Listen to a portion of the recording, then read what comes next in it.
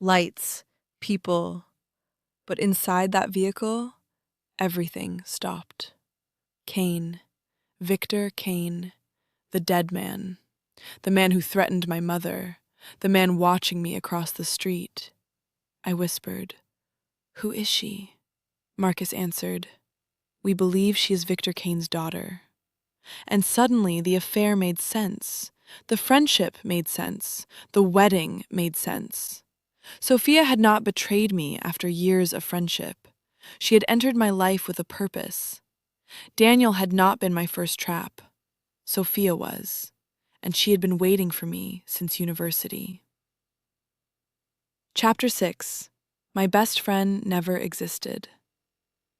The cruelest betrayals are not always committed by enemies.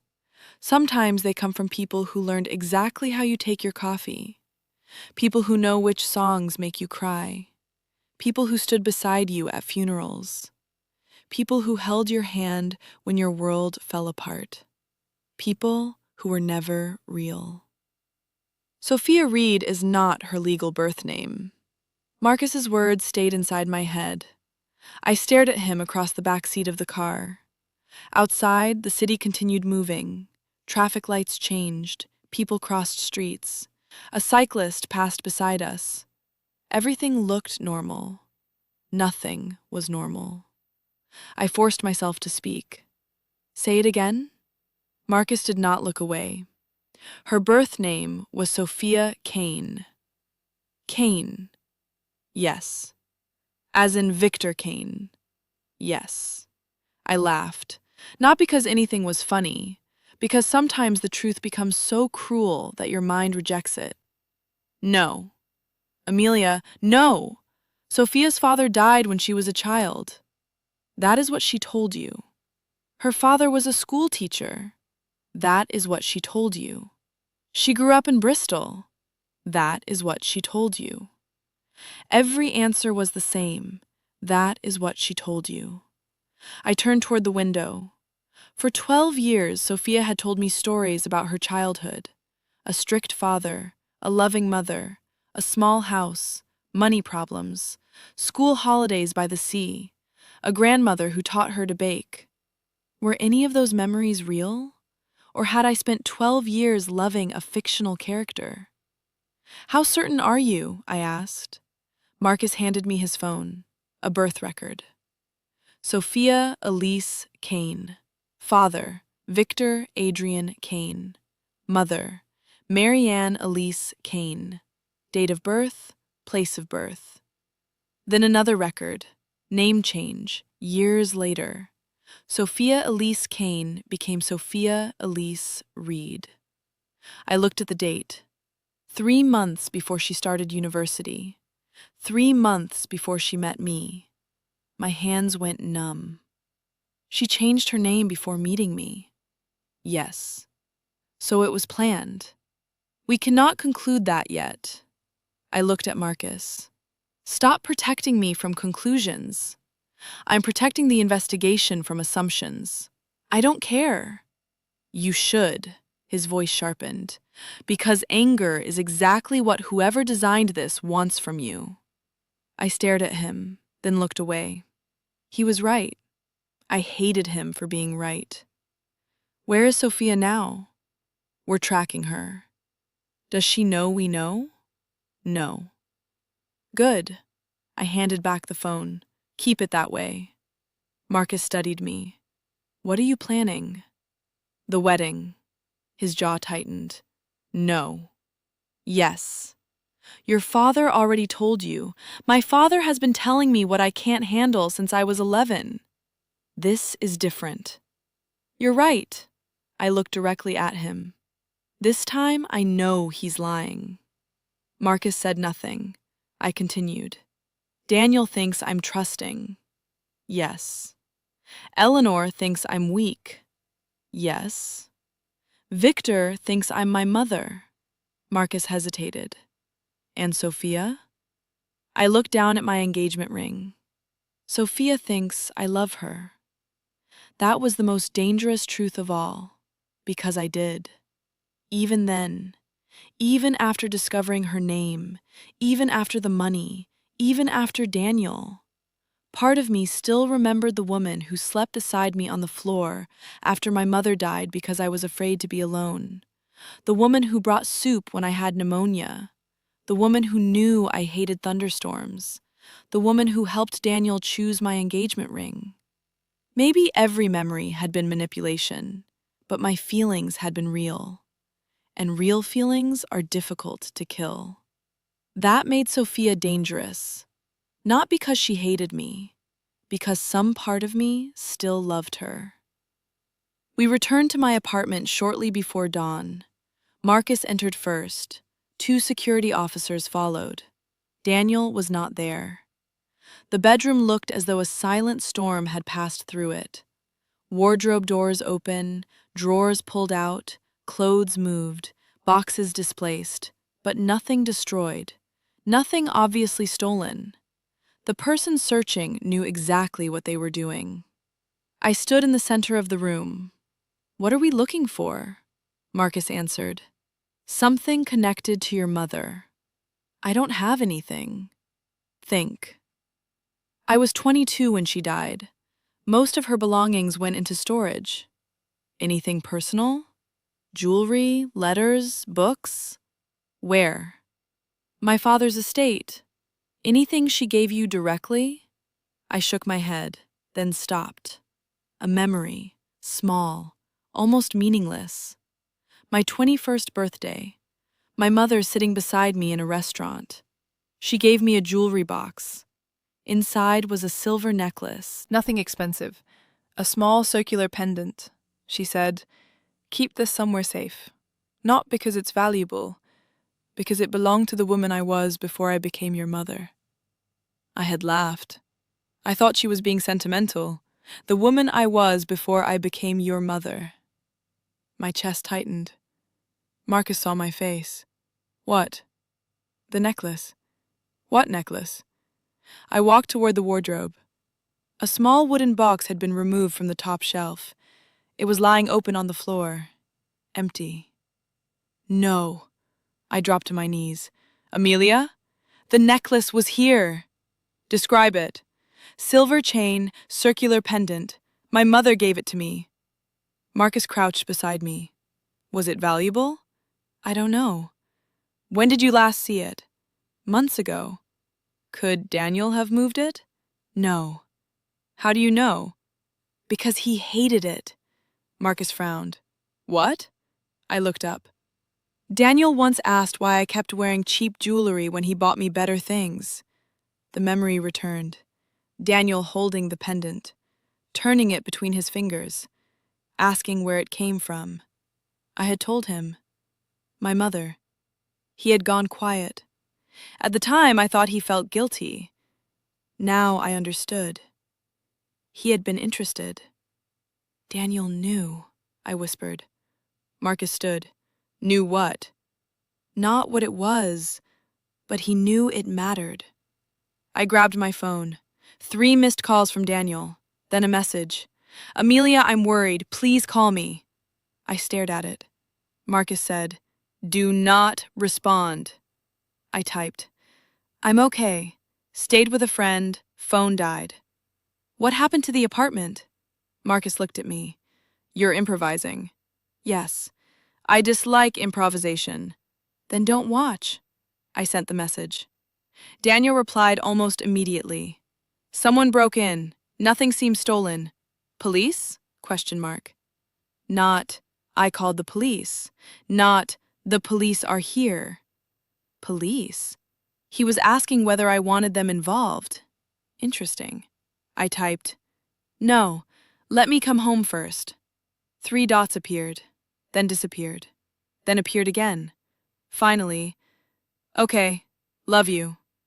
I stared at the words, then wrote, "Love you too." I felt nothing. That frightened me. By midday, Rebecca joined us in a secure office. I told her everything. Sophia Kane, Helixa, the trust, Victor, the necklace. For the first time since meeting her, Rebecca looked genuinely disturbed. This is no longer primarily a matrimonial issue. What is it? Potentially fraud, corporate conspiracy, unlawful surveillance, theft, depending on evidence, much more. Can we arrest them? No. The answer irritated me. Why not? Because suspicion is not proof. We have payments. Payments can have lawful explanations. We have the contract. A bad contract is not automatically a crime. Daniel lied about knowing Eleanor. Lying to your fiancé is morally repulsive. It is not necessarily criminal. Sophia changed her name. Legal. She slept with Daniel. Also not criminal. I leaned back. So they can do all of this and walk away? Rebecca's eyes hardened. I did not say that. Then what are you saying? I'm saying if you attack too early, they become victims. I went quiet. She continued. Imagine the public story. Secret billionaire heiress discovers fiancé's affair, uses corporate security to investigate him, accuses best friend of conspiracy because of a legal name change, targets chief legal officer during succession dispute. I understood immediately. They make me look unstable. Yes. Vindictive. Yes. Abusing power. Yes. Rebecca leaned forward.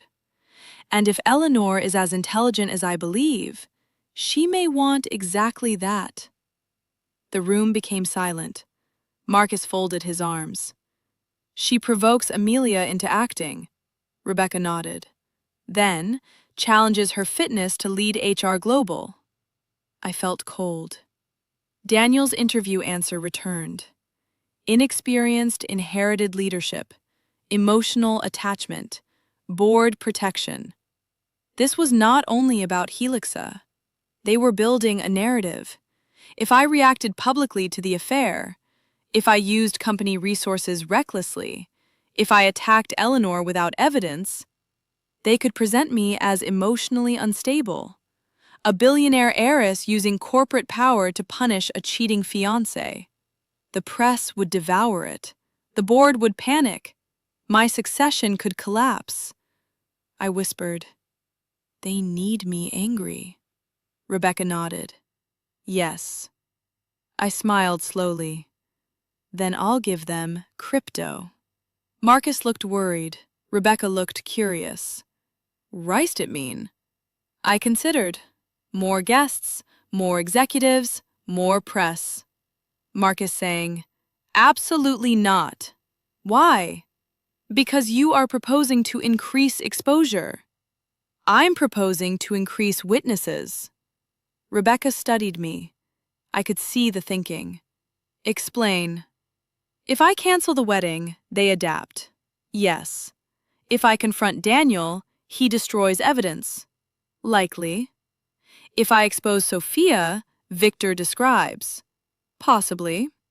If I accuse Eleanor, she turns the board against me. Rebecca nodded slowly. So? So I do nothing. Marcus relaxing once. You are clearly planning something. I do nothing they can use. I stood. I become the perfect bride. That evening, Daniel returned. I was sitting on the sofa. He rushed toward me. "Where have you been?" He hugged me. I let him. His body felt familiar. That was the worst part. I stayed with Chloe. Chloe was a former coworker. Daniel barely knew her. "Why didn't you tell me?" "My phone died." He pulled back. "Someone was inside the apartment." "I know." "Did you call the police?" "No." "Why not?" I watched him. "You asked me not to." His face changed. "I didn't ask you not to." "You texted police. I thought you wanted to wait." For half a second, panic crossed his eyes, then disappeared. "No, I meant should we call them?" "Oh," I smiled. "Then let's call." His reaction was immediate. "Maybe we should check everything first." There it was. I tilted my head. Why? Because if nothing was stolen, police won't do much. Something was stolen. Daniel froze. I watched him carefully. What? My mother's necklace. Silence. Not long, but long enough. What necklace? The wrong question. He knew the necklace. He had held it. I smiled sadly. The silver one. Recognition flickered. Oh, that. Yes. Are you sure? Completely. Daniel looked toward the bedroom, then back at me. We should report it. Now he wanted police. Interesting. Maybe because the necklace was already gone.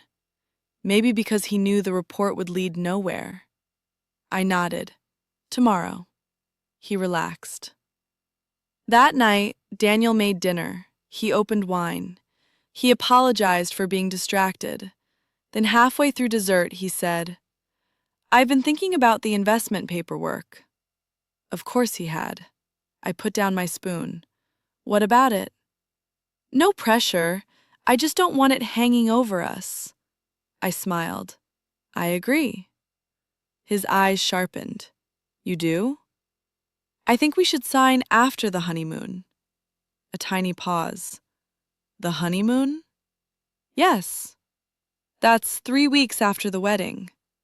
Is that a problem? No. Too fast. I smiled. Good. Daniel reached across the table and held my hand. I just want us protected. Protected. Another word ruined by dishonest people. The next day, I called Sophia. She answered brightly.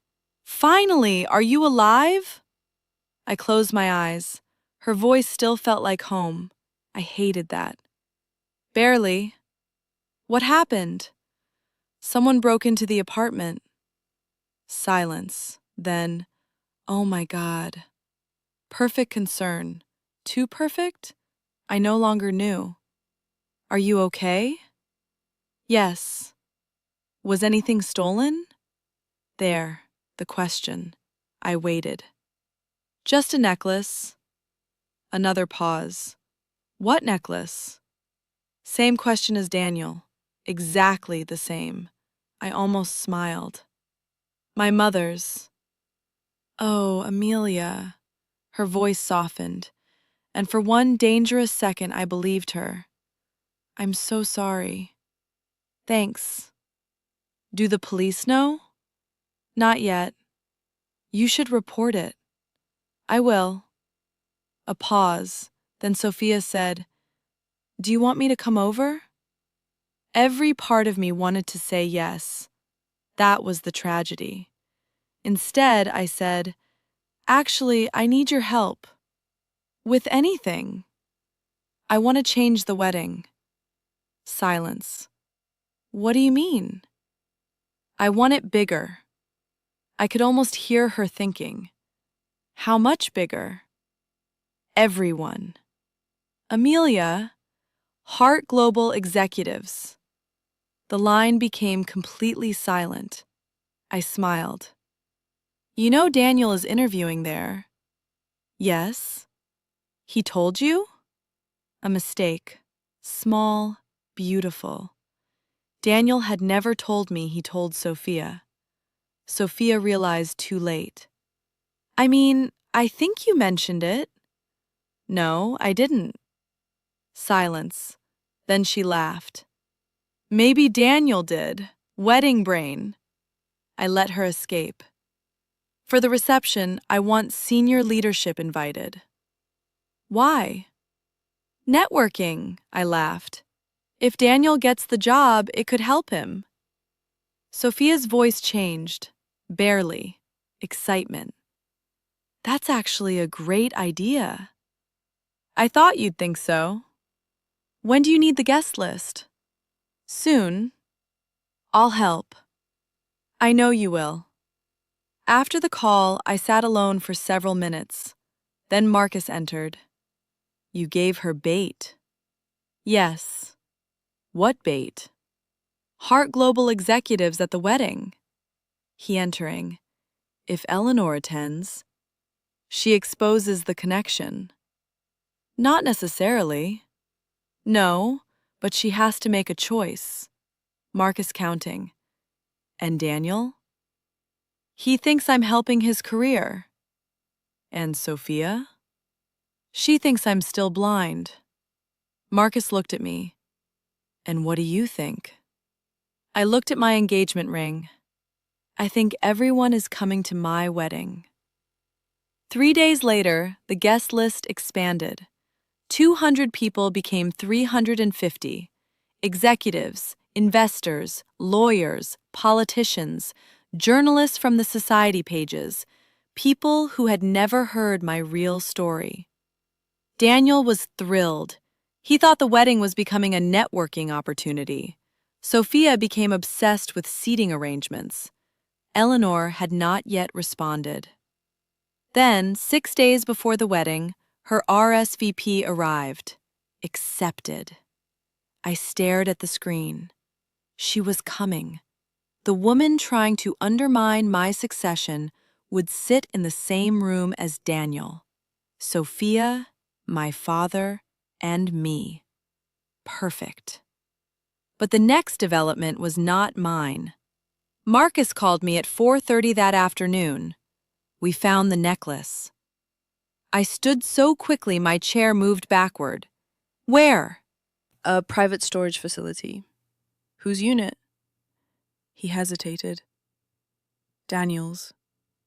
My heart stopped. Are you certain? The unit is registered through Carter Strategic Ventures. How do you know the necklace is there? We don't know physically, but we obtained lawful access to inventory records through the facility after a separate compliance inquiry.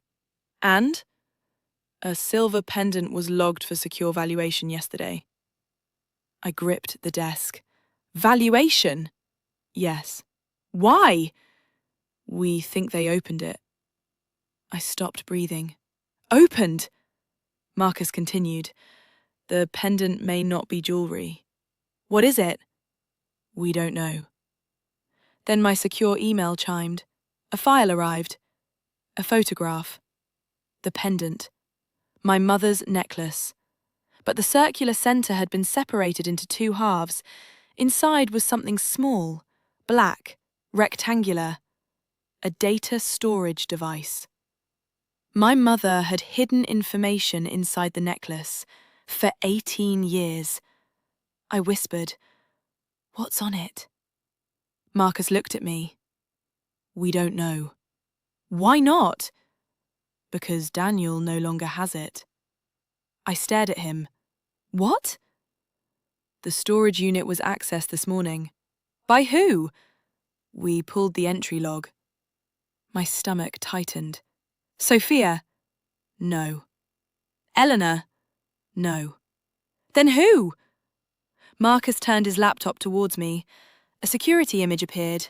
Grey coat, silver hair, older face, same smile. Victor Kane.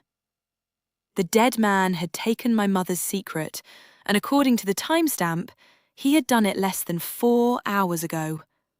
I stood. Find him. We're trying. No, find him now. Marcus's phone rang. He answered, listened, then his face changed. What? He lowered the phone. There's been an incident at Hart Global. My blood ran cold. What kind of incident? Unauthorized access to the archival server. Which archive? Marcus looked at the photograph of the data device, then back at me. The Helixer archive. The room became silent. Victor had the device. Someone had breached Hart Global. The wedding was 6 days away, and for the first time, I understood what my mother had hidden. Not money, not shares, not a key to a trust. Evidence. Evidence powerful enough to frighten Victor Kane. Evidence powerful enough to make Eleanor betray my family. Evidence powerful enough to turn my wedding into the final stage of an 18-year war. Then another message arrived. Unknown number. This time there was no warning, only an invitation. Midnight, St. Catherine's Station. Come alone if you want to know why your mother really died. I read it twice, then a third time. My mother had died of cancer. I had watched it happen. I had held her hand. I had buried her. But the message did not say how she died. It said why. And suddenly, for the first time in 11 years, I questioned everything. Chapter 7. The Midnight Meeting. Midnight, St. Catherine's Station. Come alone if you want to know why your mother really died. I read the message until the words stopped looking like words. My mother. For 11 years I had lived with one version of her death. Cancer, designed, treatment, decline, funeral. There had been no mystery, no suspicious accident, no missing body, no conspiracy. I had watched her become weaker. I had sat beside her during chemotherapy. I had held a glass of water to her lips when her hands trembled too badly to hold it herself. I had been there when the doctors stopped talking about recovery and taking about comfort. So the message made no sense. And yet, nothing made sense anymore.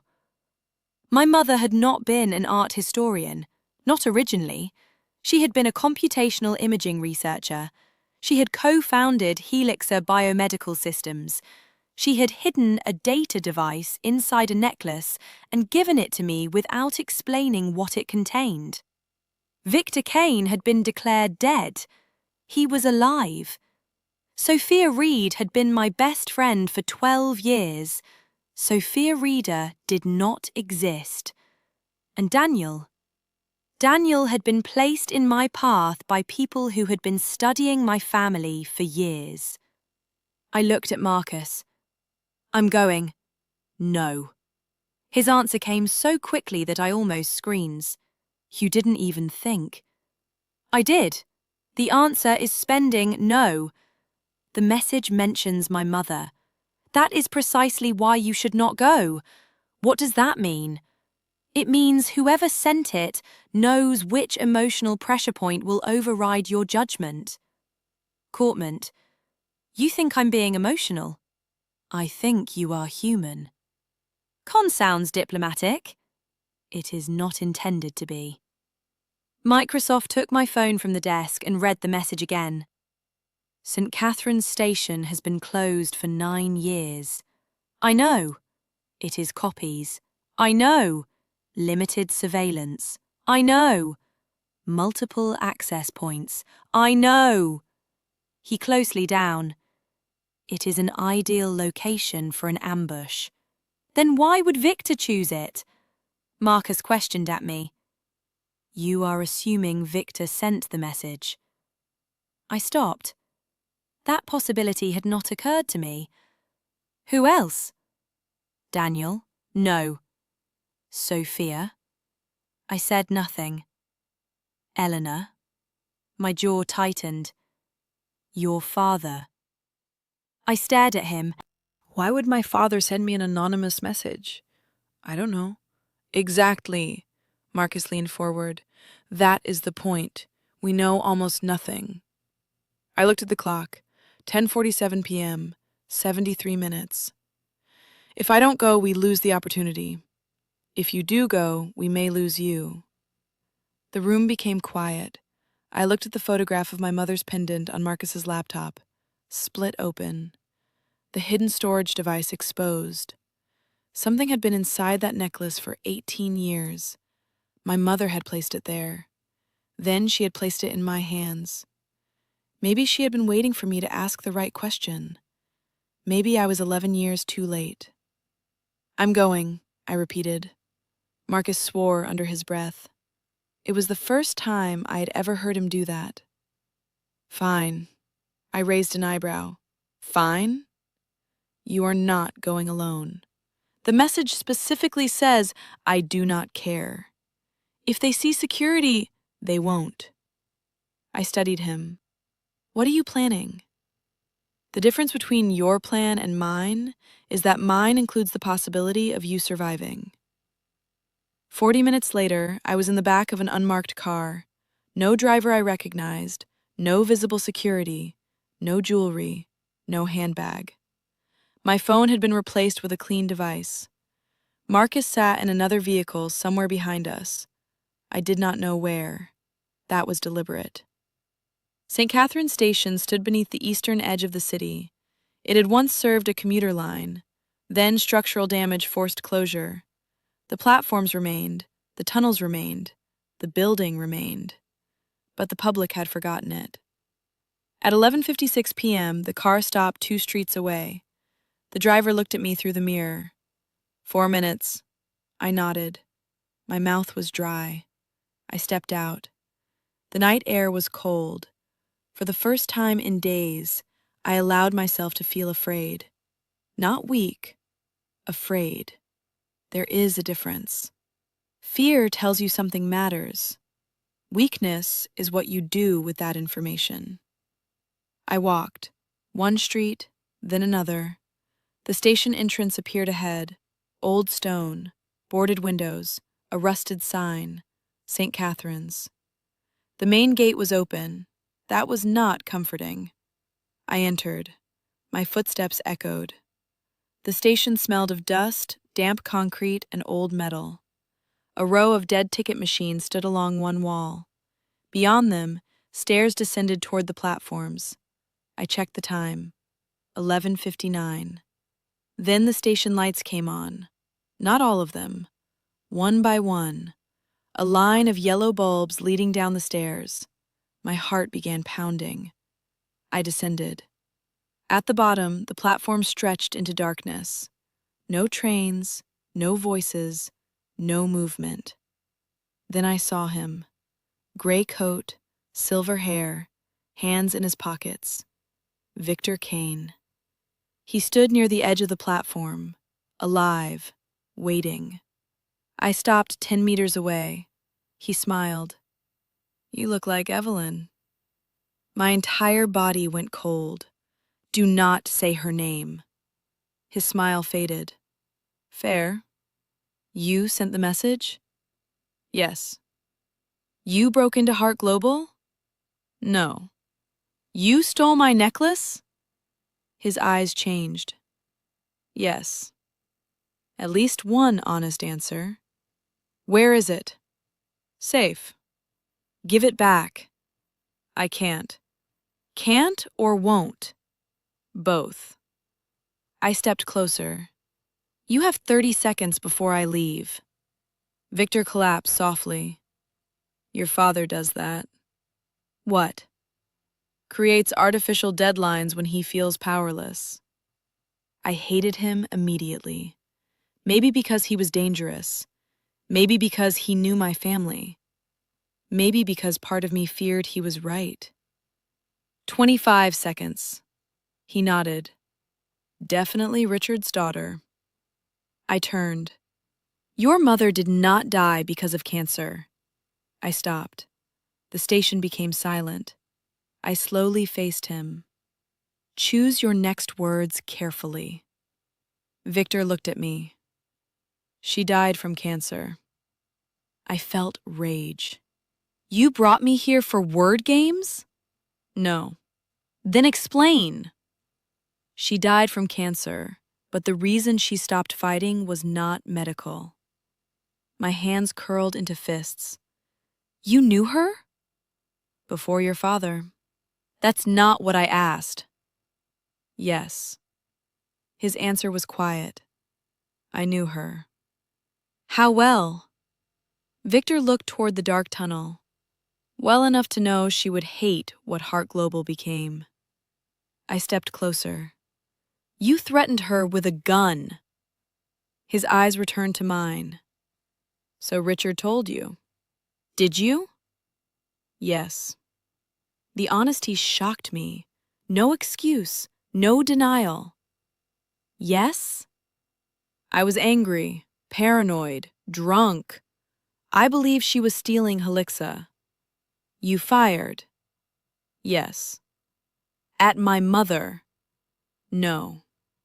My father has the scar. I fired into the glass. I stared at him.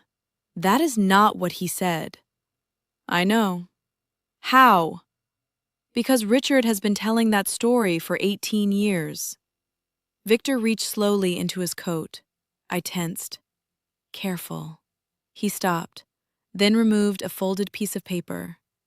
Your security team is close. I said nothing, he smiling. Marcus was always good. You knew Marcus? Everyone knew Marcus. He did not take it. What is it? Proof that your father lied about Geneva. Why should I trust you? You shouldn't. That answer unsettled me more than persuasion would have. Victor placed the paper on a bench between us. Trust evidence. I looked at it. Then at him. What happened in Geneva? He sat.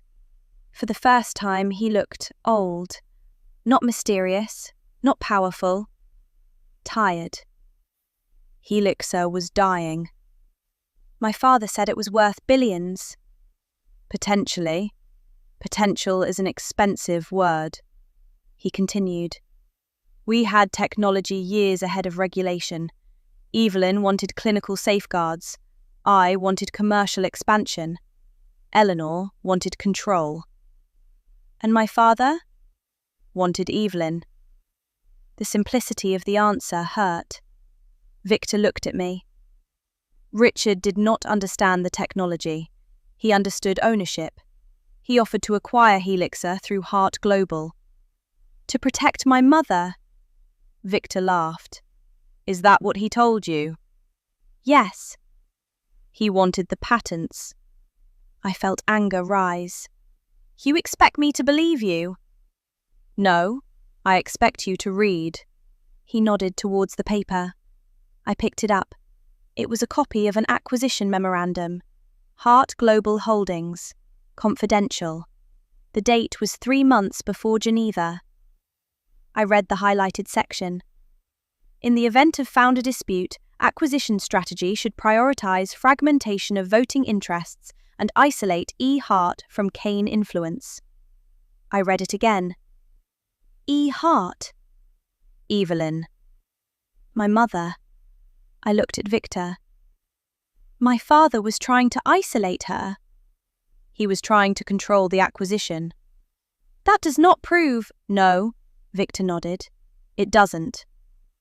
Again, no manipulation, no dramatic claim, just enough truth to keep me listening.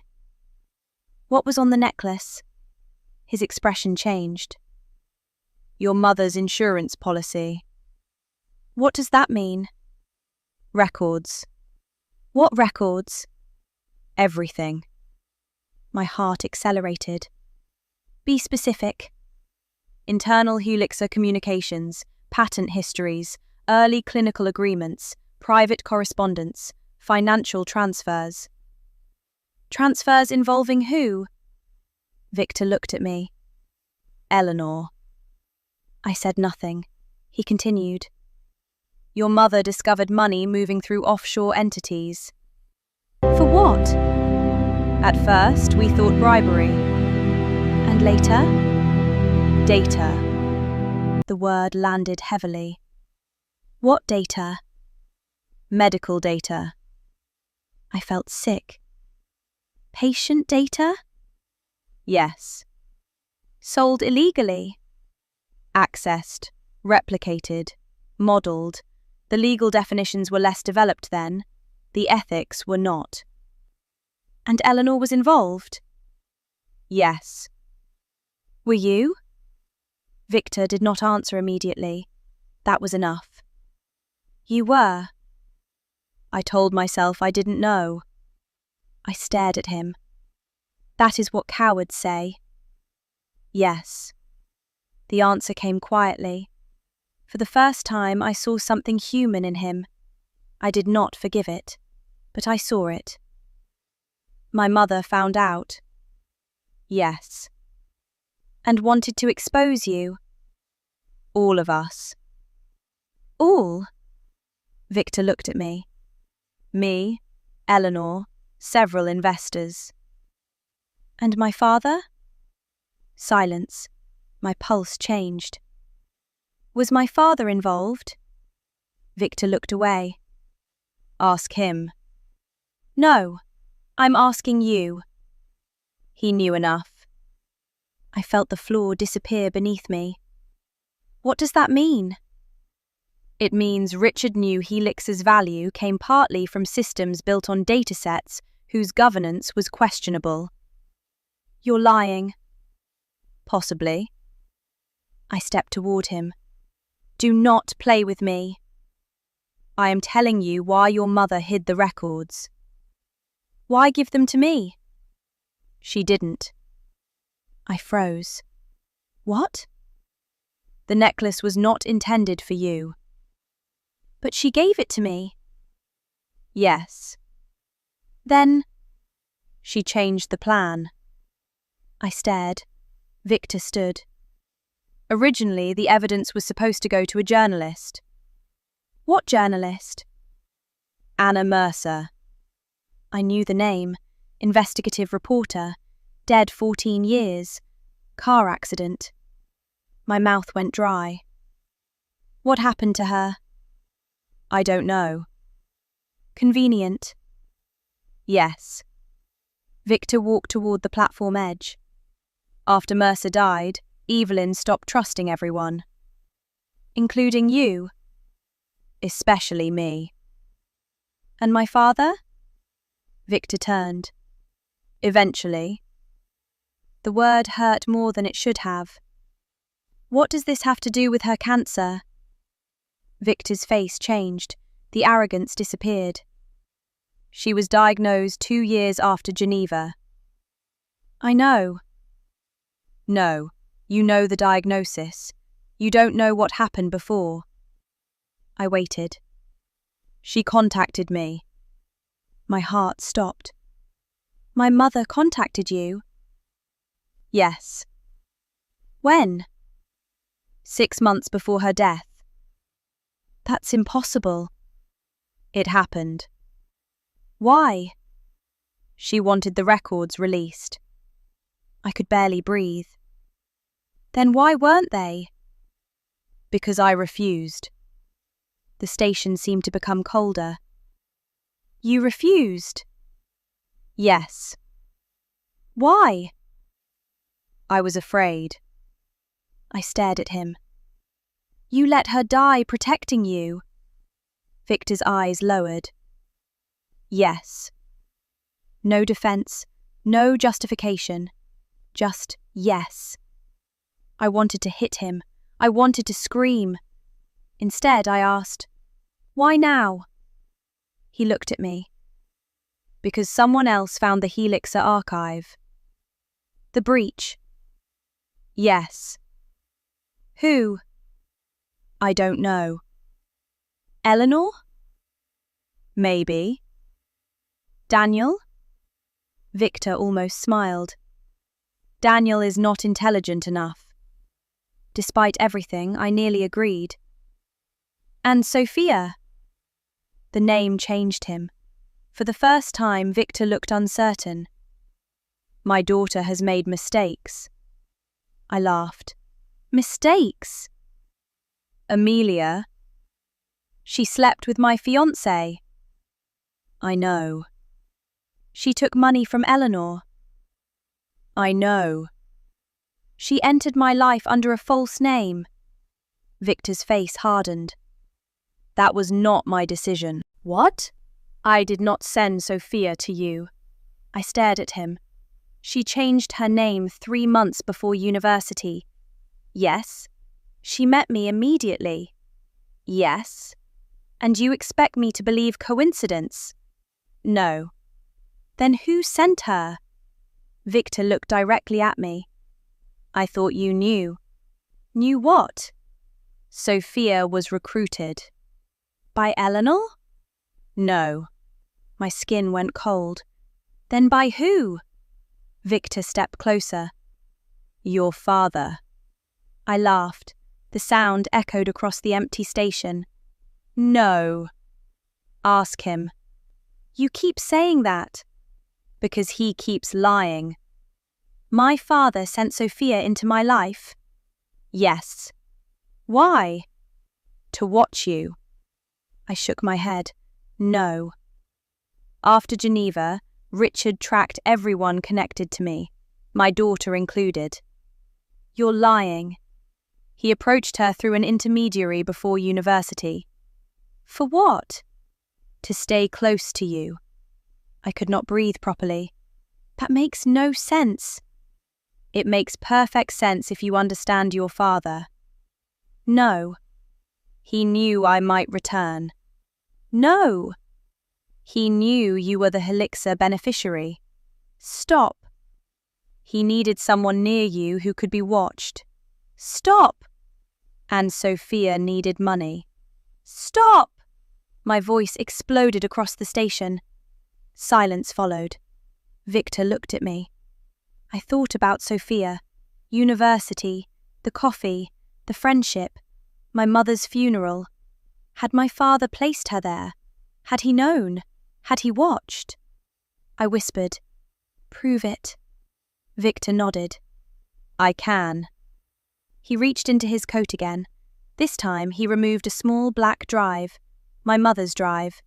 I recognized it from the photograph. My body went rigid. You said it was safe. It is. That belongs to me. It belonged to Evelyn. Give it to me. Victor held it between two fingers. There is one file you need to see first. What file? A payment ledger. My heart began pounding. To Sophia? Yes. From my father? Not directly. Then from who? Victor looked at me. Marcus Vale. Everything stopped. No. I almost laughed. Not Marcus. The man who had protected my family for 20 years. The man who answered my call when I discovered Daniel. The man who had guided every stage of the investigation. The man who knew where I was at that exact moment. I stepped backward. Victor watched me carefully. You brought security? I said nothing. Of course you did. My breathing changed. Somewhere above us, metal moved. A door, then footsteps. Victor looked toward the stairs. His face changed. Not fear. Recognition. He whispered, You need to leave.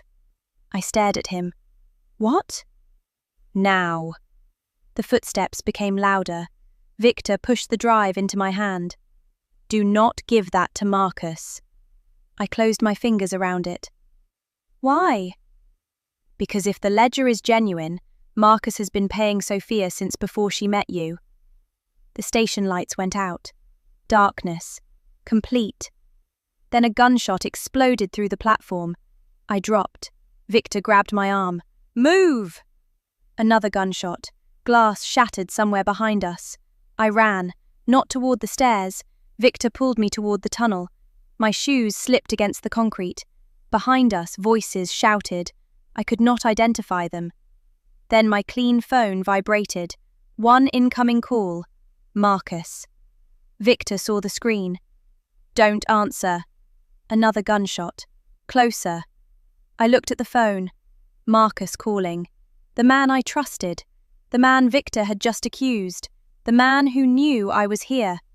I answered. Amelia! Marcus sounded breathless. Where are you? I looked into the darkness. Victor stood beside me. The drive was inside my hand. On the platform. No, you're not. I froze. What? We have visual on the platform. You're gone. Victor whispered. Hang up. Marcus shouted through the phone. Amelia, listen to me. Victor Kane is armed. Do not trust him. I looked at Victor. His hands were empty. Then Victor whispered. Ask Marcus who authorized Sophia's university payments. I could barely breathe. I spoke into the phone. Marcus? Yes? Who paid Sophia? Silence. 1 second. 2. 3. That silence broke something inside me. Marcus? His voice changed. Amelia, I can explain. Victor closed his eyes. I felt cold from the inside out. The man I trusted most had not denied it. I ended the call. Then every emergency light in the tunnel switched on at once. Victor looked behind me, his face drained of colour. I turned. A figure stood at the far end of the tunnel. Not Marcus, not Daniel, not Sophia. My father, Richard Hart. He held a gun, and it was pointed directly at Victor Kane. "Step away from my daughter," he said. Victor laughed softly. "There he is." I stood between them. My father raised the weapon. Victor did not move. "Amelia," my father said, "come to me." I looked at him, then at Victor, then at the drive in my hand. Every man in my life wanted me to choose a side. My father, Victor, Daniel, Marcus. Every one of them had lied. Every one of them claimed it was for a reason, for protection, for love, for fear, for family. I was done choosing between liars, so I did the one thing neither man expected. I stepped backward into the darkness and ran. Chapter 8. The Boardroom Coup. I ran. I did not know where the tunnel led. I did not know who had fired the first shot. I did not know whether Victor was telling the truth. I did not know why my father had arrived carrying a gun. And I did not know why Marcus had paid Sophia. But I knew one thing. The small black drive in my hand had terrified powerful people for 18 years. And now it belonged to me. Behind me, my father shouted my name. "Amelia!" I kept running. My shoes struck the concrete hard enough to send pain through my legs. The emergency lights flickered overhead. Red, darkness, red, darkness. Every few seconds, my shadow appeared in front of me and vanished again. Then I heard another gunshot. I stopped. Not because I wanted to, because my body did. For 1 second, I stood frozen in the tunnel. My father was behind me. Victor was behind me. Marcus's security team was somewhere in the station. And someone had fired again. I forced myself forward. 50 meters, then 100. The tunnel divided. Left, right. No signs, no map. I chose left. Maybe instinct, maybe panic, maybe luck. I ran until the old rail line ended at a maintenance door. Locked. No! I pulled the handle. Nothing. Behind me, footsteps echoed. Someone was coming. I looked around. Concrete wall, old electrical cabinet, broken emergency phone. No exit. The footsteps became louder. I grabbed the nearest object I could find. A rusted metal bar. Ridiculous. My family was worth billions. I was standing in an abandoned railway tunnel preparing to defend myself with scrap metal. Money is powerful, but not in every room. The footsteps slowed. A figure appeared beneath the red emergency light. I raised the bar. Don't. I recognized the voice. Marcus. He stopped 5 meters away. His hands were visible. No weapon. His suit was torn at the shoulder. There was blood near his collar. I tightened my grip. Stay back. Amelia. Stay back. He stopped. For 20 years, Marcus had been part of my family's world. He had protected my mother, protected my father, protected me, or so I believed. Now, Victor's words echoed in my head. Marcus has been paying Sophia since before she met you. I held the metal bar higher. Did you pay her? Marcus looked at me. Yes. The answer hurt more than denial would have. How long? Since university. My chest tightened. Why? I can explain. Everyone can explain. Amelia. My father explained Geneva. I took a step backward. Victor explained the gun. Another step. Daniel explained the hotel. Marcus's face changed. Do not compare me to Daniel. Then give me a reason not to. Silence. The red light flickered. I could hear my own breathing. Finally, Marcus said, "Your father asked me to protect you." I laughed bitterly. "By paying Sophia?" "Yes." "Why her?" "Because of who she was." "Victor's daughter?" "Yes." "That makes no sense." "It made sense at the time." "Then make it make sense now." Marcus looked down the tunnel behind him. "We should move." "No." "Someone fired on the platform." "Was it you?" His eyes snapped back to mine. "No." "My father?" "I don't know." "Victor?" "I don't know." "Then we stay." "This is not secure." "Neither are you." That landed. Marcus looked at me for a long time, then nodded. "Fair." He leaned against the wall. "After Geneva, your father believed Victor was dead." "I know." 7 years ago, we learned he might be alive." "I know that too." "What you don't know is that we received evidence he had been monitoring you." My grip tightened. "When?" "Before university." I stopped breathing. "What kind of evidence?" "Financial activity, travel patterns, people connected to Victor appearing near places you visited." "And you didn't tell me?" "No." "Of course not." "Your father wanted you to have a normal life." I almost screamed. "A normal life!" My voice echoed through the tunnel. "You placed Victor Kane's daughter next to me." "We did not place her." I froze. "Victor said..." "Victor lies." "So do you?"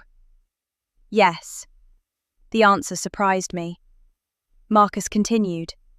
"I have lied to you. I will not insult you by pretending otherwise." For the first time, I lowered the bar slightly. "Then tell me the truth." "Sophia applied to your university independently." "How do you know?" "We were monitoring her." My stomach turned. "You were monitoring an 18-year-old girl?" "She was Victor Kane's daughter." "She was a teenager?" "Yes." The shame in his voice was real, or convincing. I no longer trusted myself to know the difference. "She changed her name," I said. "Yes." "Why?" "To escape her father." I stared at him. "No." "That is what she told the intermediary." "What intermediary?" "A private foundation." "What foundation?" Marcus hesitated, then said, "The Evelyn Hart Educational Trust." My mother's name. I felt dizzy. "What?" "Your mother established it after Geneva." "For Sophia?" "Not specifically. For children affected by Helixa-related legal disputes and employee collapses." I tried to process it. "Sophia received money from my mother's trust?" "Yes." "And you administered it?" "Partly." The ledger. Marcus's payments. Not necessarily payments to spy on me. Scholarship support. Maybe. Or another lie. "Why continue paying her after university?" "Because she became close to you." I laughed. "There it is. Your father wanted oversight." "You paid my best friend to report on me." "No." "Then what did she provide?" Marcus said nothing. I raised the bar again. "What did she provide?" "Safety confirmations." "What does that mean?" "Whether you were traveling, whether strangers approached you, whether you mentioned threats." My stomach twisted. "She reported on me?" "Yes." "For money?" "Yes." I closed my eyes. There are truths that change facts, and truths that change memories. Suddenly, every text from Sophia asking whether I got home safely felt different. Every question about where I was traveling, every curiosity about who I was dating. Had she cared? Or had she been reporting? Did she know who I was? Not at first. When did she find out? Marcus looked away. 3 years ago. My eyes opened. 3 years. When I met Daniel? Yes. The tunnel became silent. That was not coincidence. Nothing was coincidence. What happened 3 years ago? Marcus answered quietly. Sophia stopped cooperating with us. My pulse changed. Why? We don't know. And then Daniel appeared. Yes. And Eleanor accessed my file. Yes. And you said nothing. Yes. I wanted to hit him. Instead, I dropped the metal bar. It struck the floor with a violent clang. I trusted you. Marcus's face changed. I know. No, you don't. I walked past him. He did not stop me. The maintenance door behind him was open. Of course it was. He had entered through it. Outside, rain had started. Cold, heavy, real. I stepped into it and breathed. For the first time in days, I felt clean. Not safe, clean. I still had the drive. That was all that mattered. By 3:40 a.m., I was inside Rebecca Shaw's private office. Not Hart Global. Not my father's estate. Not my apartment. Rebecca's office. Neutral territory. She arrived wearing a coat over pajamas and looked furious. This had better be extraordinary. I placed the drive on her desk. Her anger disappeared. Where did you get that? Victor. Marcus stood near the door. Rebecca looked at him, then at me. What happened? I'll explain later. No, you'll explain now. I liked her for that. So I did. The station, the ledger, the payments, my father, the gunshots, everything. Rebecca listened without interrupting. When I finished, she looked at Marcus. Did you pay Sophia Kane? Yes. For surveillance? For protective intelligence. Rebecca's face hardened. That phrase is doing a lot of work. I know. Was she under contract? No. Written agreement? No. Records? Yes. Lawful? Marcus hesitated. Rebecca laughed once. Wonderful. I sat. Can we open the drive? Rebecca looked at it. Not here. Why? Because if this contains what Victor claims, we need forensic integrity. I exhaled. How long? Several hours. I don't have several hours. You do if you want evidence that survives court. Court. The word brought me back. This was not a revenge fantasy. Not yet. Evidence mattered. Chain of custody mattered. Authentication mattered. If I wanted to destroy them legally, I had to be patient. I hated patience. But I agreed. At 8:15 a.m., while a digital forensic specialist created a verified image of the drive, my phone rang. My father. I declined. He called again. Declined. Then Daniel. I stared at his name. Rebecca noticed. Answer. Marcus looked at her. She should not. Rebecca ignored him. Put it on speaker. I answered. Hello? Daniel sounded frantic. Amelia, where are you? I made my voice tired. I'm with a friend. What friend? Why?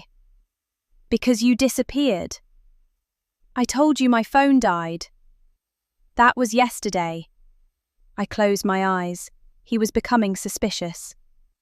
I needed space. From me? There it was. Fear. Not heartbreak. Fear. I softened my voice. No. Then from what? The break-in, the wedding, everything. Silence. Then Daniel became gentle. the version of him I once loved. Baby, come home. Baby. I almost hated myself for remembering how that word used to make me feel. I will. When? Later. We need to talk. About what? A pause. Then. The wedding. Rebecca and I exchanged looks. What about it? Something happened at Hart Global. I sat straighter. What? There's an emergency board meeting. My pulse changed. How do you know? Another pause. Too long. Someone from the interview panel called me. Lie. Maybe half a lie. What kind of emergency? I don't know. Some security breach. I looked at Marcus. He was already checking his phone. Daniel continued. Amelia, this could affect my job. Of course. Not my safety, not the company, his job. I'm sorry. I need you here. Why? I just do. Control. Chapter 8. The Boardroom Coup. I ran. I did not know where the tunnel led. I did not know who had fired the first shot. I did not know whether Victor was telling the truth. I did not know why my father had arrived carrying a gun. And I did not know why Marcus had paid Sophia. But I knew one thing. The small black drive in my hand had terrified powerful people for 18 years. And now it belonged to me. Behind me, my father shouted my name. Amelia! I kept running. My shoes struck the concrete hard enough to send pain through my legs. The emergency lights flickered overhead. Red. Darkness. Red. Darkness. Every few seconds my shadow appeared in front of me and vanished again. Then I heard another gunshot. I stopped. Not because I wanted to, because my body did. For 1 second I stood frozen in the tunnel. My father was behind me. Victor was behind me. Marcus's security team was somewhere in the station. And someone had fired again. I forced myself forward. 50 meters. Then 100. The tunnel divided. Left. Right. No signs, no map. I chose left. Maybe instinct, maybe panic, maybe luck. I ran until the old rail line ended at a maintenance door. Locked. No! I pulled the handle. Nothing. Behind me, footsteps echoed. Someone was coming. I looked around. Concrete wall, old electrical cabinet, broken emergency phone. No exit. The footsteps became louder. I grabbed the nearest object I could find. A rusted metal bar. Ridiculous.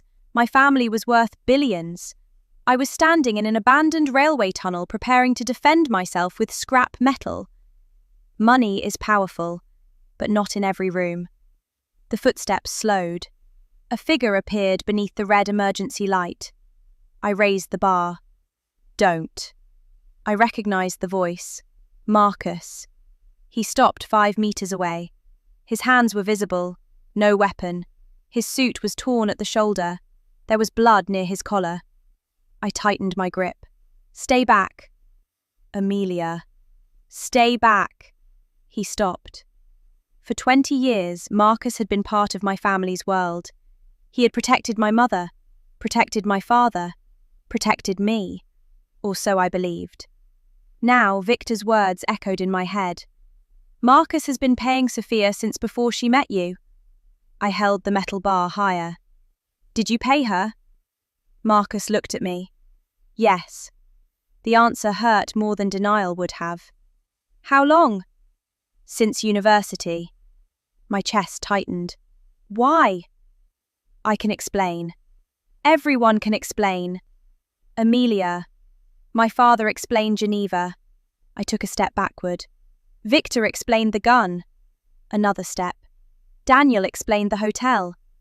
Marcus's face changed. Do not compare me to Daniel. Then give me a reason not to. Silence. The red light flickered. I could hear my own breathing. Finally, Marcus said, Your father asked me to protect you. I laughed bitterly. By paying Sophia? Yes. Why her? Because of who she was. Victor's daughter? Yes. That makes no sense. It made sense at the time. Then make it make sense now. Marcus looked down the tunnel behind him. We should move. No. Someone fired on the platform. Was it you? His eyes snapped back to mine. No. My father? I don't know. Victor? I don't know. Then we stay.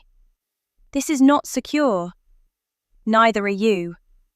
That landed. Marcus looked at me for a long time, then nodded. Fair. He leaned against the wall. After Geneva, your father believed Victor was dead. I know. 7 years ago, we learned he might be alive. I know that too. What you don't know is that we received evidence he had been monitoring you. My grip tightened. When? Before university. I stopped breathing. What kind of evidence? Financial activity, travel patterns, people connected to Victor appearing near places you visited. And you didn't tell me? No. Of course not. Your father wanted you to have a normal life. I almost screamed.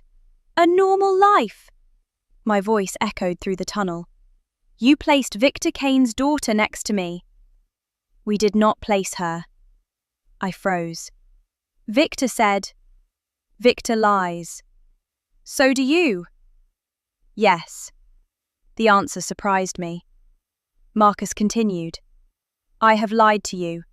I will not insult you by pretending otherwise. For the first time, I lowered the bar slightly. Then tell me the truth.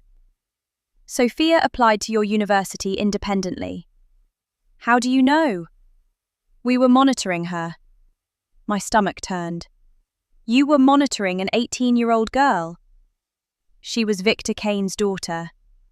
She was a teenager. Yes. The shame in his voice was real, or convincing. I no longer trusted myself to know the difference. She changed her name, I said. Yes. Why? To escape her father. I stared at him. No. That is what she told the intermediary. What intermediary? A private foundation. What foundation? Marcus hesitated, then said, the Evelyn Hart Educational Trust. My mother's name. I felt dizzy. What? Your mother established it after Geneva. For Sophia?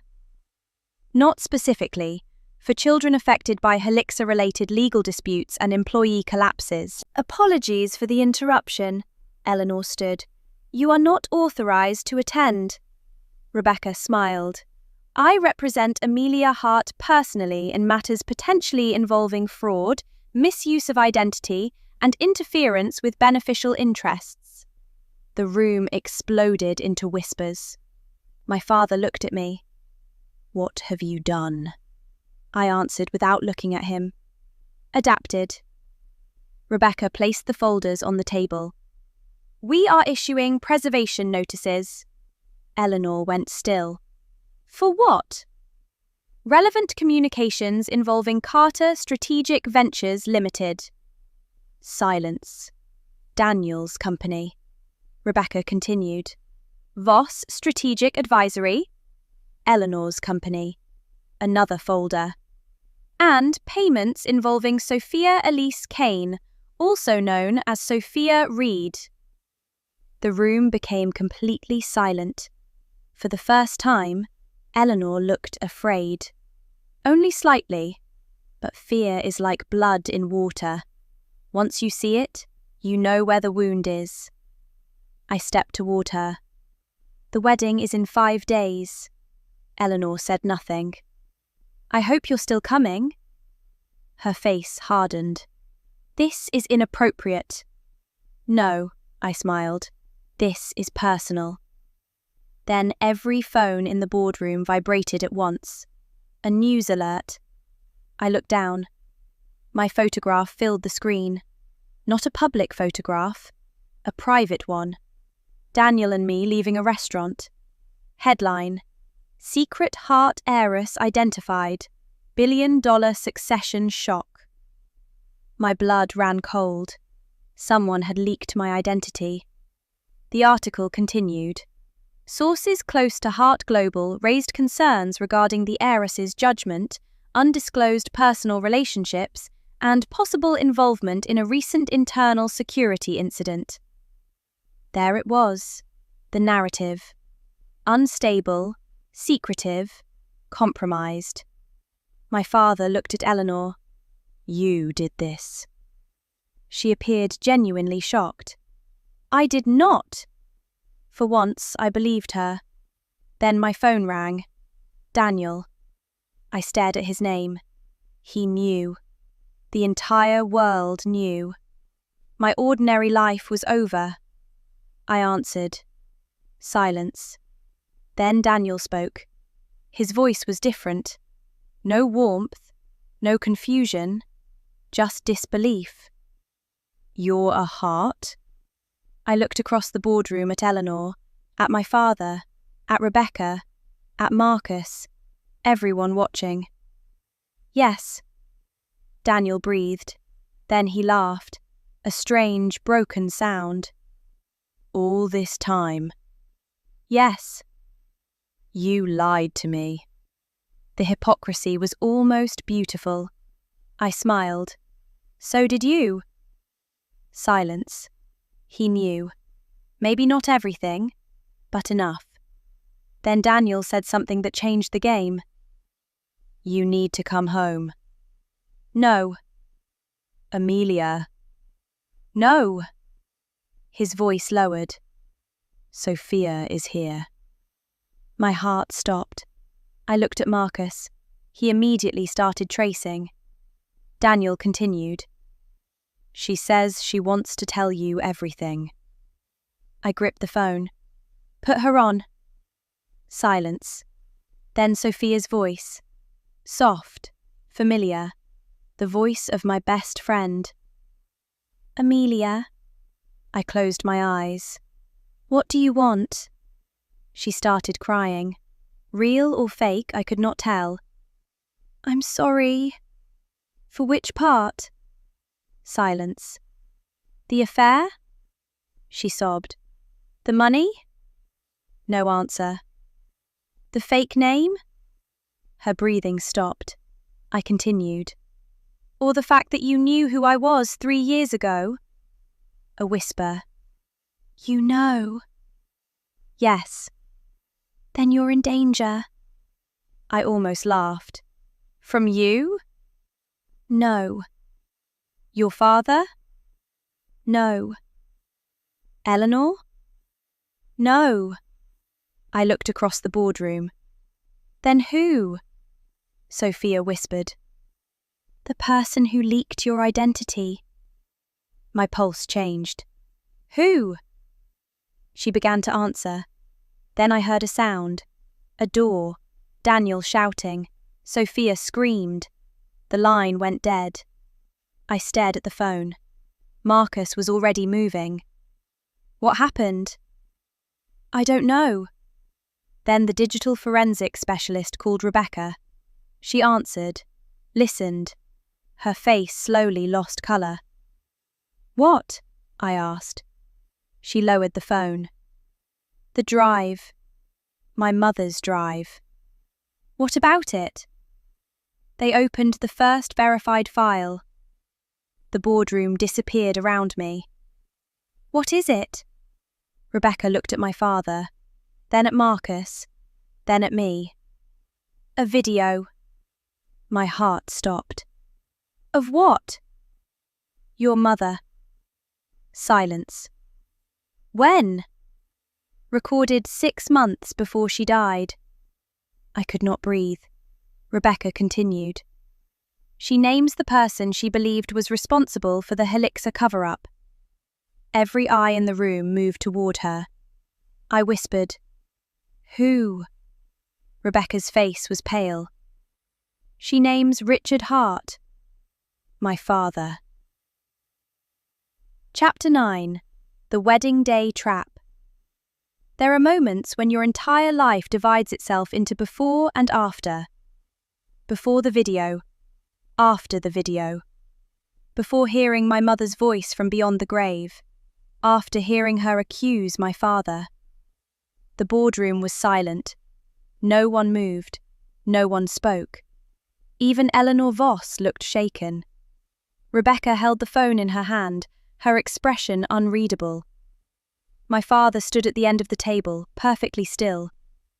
For the first time in my life, he looked less like the man who built an empire and more like a man waiting for judgment. I looked at him. "Is it true?" He did not answer. That was the first answer. "Dad." His eyes met mine. "Amelia, you need context." I almost laughed. Context. The word people use when the truth is ugly, but they still want control over how you hear it. "Did my mother name you in that video?" He looked at Rebecca, then back at me. "Yes." The room seemed to tilt. "She believed you were involved in the Helixer cover-up." His jaw tightened. "Yes." "Were you?" Silence. A second. 2. 3. I turned away before the answer could destroy me completely. Rebecca stepped closer. "Amelia, we need to view the full recording before drawing conclusions." I nodded, but I could barely hear her. My mother had left me evidence. My father had hidden the past. My best friend was Victor Kane's daughter. My fiancé had betrayed me. Eleanor was moving against the succession. Marcus had paid Sophia. And now, the man I trusted most in the world stood accused by the woman I missed most in the world. The video was played in Rebecca's private office that afternoon. Only 5 people were present. Rebecca, Marcus, my father, a forensic technician, and me. On screen, my mother appeared thinner than I remembered. Her hair was wrapped in a silk scarf. Her face was pale, but her eyes were clear, alive, fierce. She sat in what looked like her study. Behind her were books, framed photographs, and a vase of white lilies. I had bought those lilies for her. My chest tightened. Then she spoke. "If you are watching this, Amelia, then I failed to tell you the truth while I was alive." I stopped breathing. "I am sorry." 2 words, and I broke. Not loudly, no sobbing, no dramatic collapse. Just tears falling silently while the dead woman I loved spoke to the future. She continued. "Helixer was not only a company, it was a mistake. A brilliant mistake perhaps, but still a mistake. We built technology faster than we built ethics around it." My father looked down. My mother continued. "Victor wanted profit. Eleanor wanted control. Richard wanted protection. I wanted to believe I could stop the damage without destroying everyone." She paused, coughed, then continued. "I was wrong." The technician adjusted the audio. Her voice sharpened. "Data was accessed without lawful transparency. Models were trained using materials that should never have been commercially exploited. People made money from systems built on trust they did not earn." My hands gripped the edge of the table. "And Richard?" My father closed his eyes. "Richard knew more than he admits." The room went still. I do not believe he began as a criminal man. I believe he began as a man trying to protect me. But protection became possession. Possession became control. And control became silence. I looked at him. His face had collapsed inward. When I tried to disclose the Helixer records, Richard stopped me. He told me exposure would destroy the company, our family, and Amelia's future. He said I was too ill to understand the consequences. Her voice trembled. He was wrong. The video flickered. She leaned closer. "If Richard is watching this, Then you waited too long. My father made a sound, not a word, something broken. My mother continued. Amelia, do not hate him before you know everything, but do not trust him simply because he is your father. The screen went black. For several seconds nobody spoke. Then I stood. My father whispered my name. I turned to him. You stopped her. He looked older than I had ever seen him. I thought I was protecting you. I smiled through tears. Everyone keeps saying that. It was true. No, my voice hardened. It was convenient. He flinched. Good.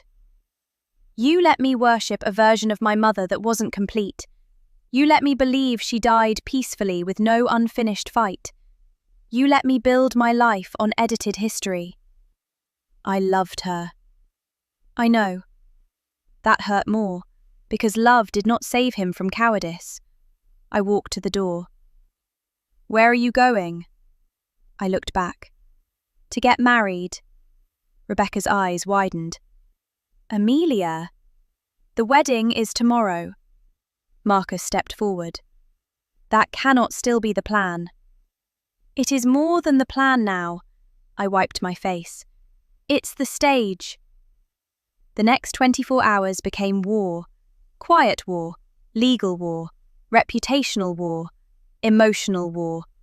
Rebecca prepared documents, not divorce documents, not yet, because Daniel and I were not legally married. Instead, she prepared statements, preservation notices, injunction applications, and filings designed to freeze certain corporate maneuvers if Eleanor attempted emergency action after the wedding. Marcus prepared security. I did not forgive him, but I used him. There is a difference. My father was removed from all operational planning. For the first time in his life, Richard Hart was not the person controlling the room. He hated it. I did not care. At 6 p.m, Sophia called again. This time I answered. Neither of us spoke at first. Then she said, You shouldn't marry him. I laughed quietly. You're late. I mean it. Did you mean it when you slept with him? Silence. Amelia. Did you mean it when you took the money? It wasn't like that. What was it like? She began crying. I hated that her tears still affected me. I was 18 when they found me. Who? Your father's people. I said nothing. They told me my father was dangerous. They said you might be in danger one day. They offered help with university, accommodation, money. They said all I had to do was tell them if anyone approached you. Did you know who I was? Not at first. And later? Yes. When? The year you met Daniel. Before or after? Silence. Before or after, Sophia? Before. I closed my eyes. There it was. Another betrayal. Did Eleanor contact you? Yes. Did she pay you? Yes. For what? To introduce Daniel properly into your life. My stomach turned. You introduced him? Not directly. Do not play games with me. I got you invited to the networking event. I gripped the phone. You? Yes. And Daniel? Eleanor arranged him. The story locked into place. Eleanor chose Daniel. Sophia positioned me. My father's surveillance created the access point. Marcus funded the person who betrayed me. Everyone had a hand in building the trap. I asked, Did you ever love me? Sophia's breath broke. Yes. I wanted the answer to be no. No would have been cleaner. Yes, Amelia. I did. I do. Then why Daniel? Silence. Then, because I hated you too. The honesty stunned me. She continued, voice shaking. I hated how protected you were, how everyone orbited around you even when you didn't know it. I hated that your family destroyed mine and still paid me like charity could clean blood off their hands. And Daniel?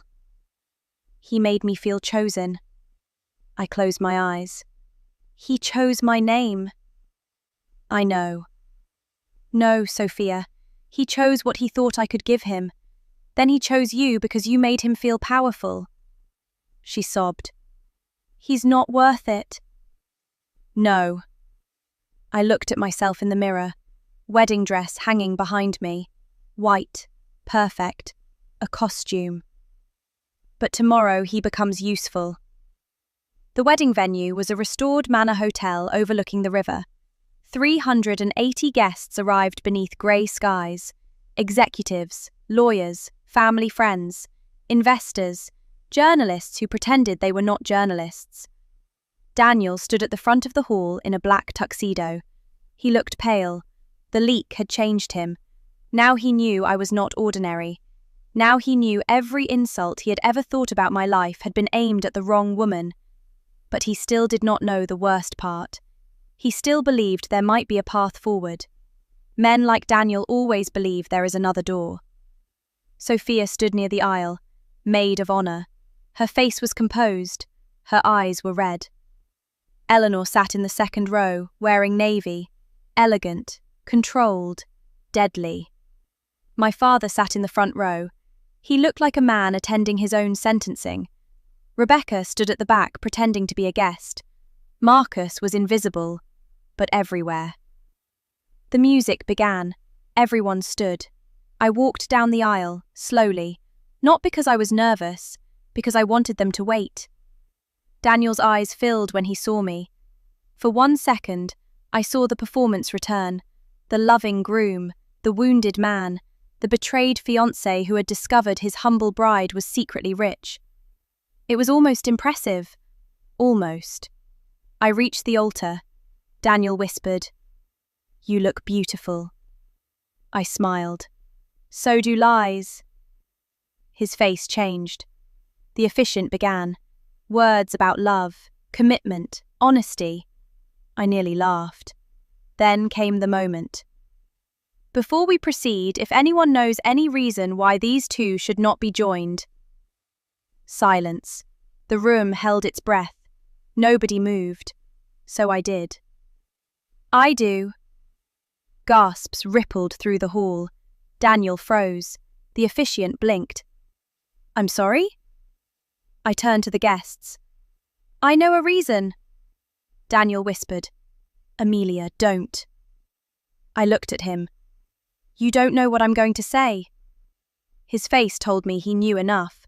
Screens descended from the ceiling, not dramatic by accident, planned, paid for, tested twice that morning. The first image appeared, Daniel and Sophia entering the hotel. The room erupted. Sophia closed her eyes. Daniel grabbed my wrist. "Stop." I looked down at his hand. "Let go." He did. I continued. "For 8 months, my fiancé has been having an affair with my best friend." The next slides appeared. Messages, receipts, photographs. Daniel's face turned grey. Sophia began crying silently, but I was not finished. That alone would have been enough to cancel a wedding. I turned toward Eleanor. But this was never just an affair. The next slide showed Carter Strategic Ventures Limited, then Voss Strategic Advisory, then the post-marriage agreement, then highlighted clauses. Guests murmured. Executives leaned forward. Rebecca watched Eleanor carefully. I said, "This document was presented to me by Daniel as standard marital financial planning. In reality, it would have created potential access routes to future beneficial interests and sensitive financial information." Daniel shouted, "That's not true." Rebecca stepped forward. "It is true enough that preservation notices have already been issued." The room exploded. Then I looked at Sophia. She was not born Sophia Reed. Her eyes opened. I almost stopped. Almost. She was born Sophia Kane. Another wave of gasps. Daughter of Victor Kane, co-founder of Heiress Biomedical Systems. Eleanor stood. This is defamatory. I smiled. Sit down, Eleanor. She did not. So the next slide appeared. Payment records. Voss linked funds to Sophia. The room changed. No longer scandal. Evidence. I saw it on every executive face. This was now corporate risk. I said, Eleanor Voss will have the opportunity to respond through appropriate legal channels. Then I looked at my father. And so will Richard Hart. The room went silent. My father looked at me, pain in his eyes, but I did not look away. My mother, Evelyn Hart, left evidence regarding Heiress, its governance, and those who participated in its concealment. The final slide appeared. A still image from my mother's video. Her face filled the screen. The room fell completely silent. I did not play the video, not publicly, not yet. That would have been revenge. I needed law, but I wanted them to know it existed.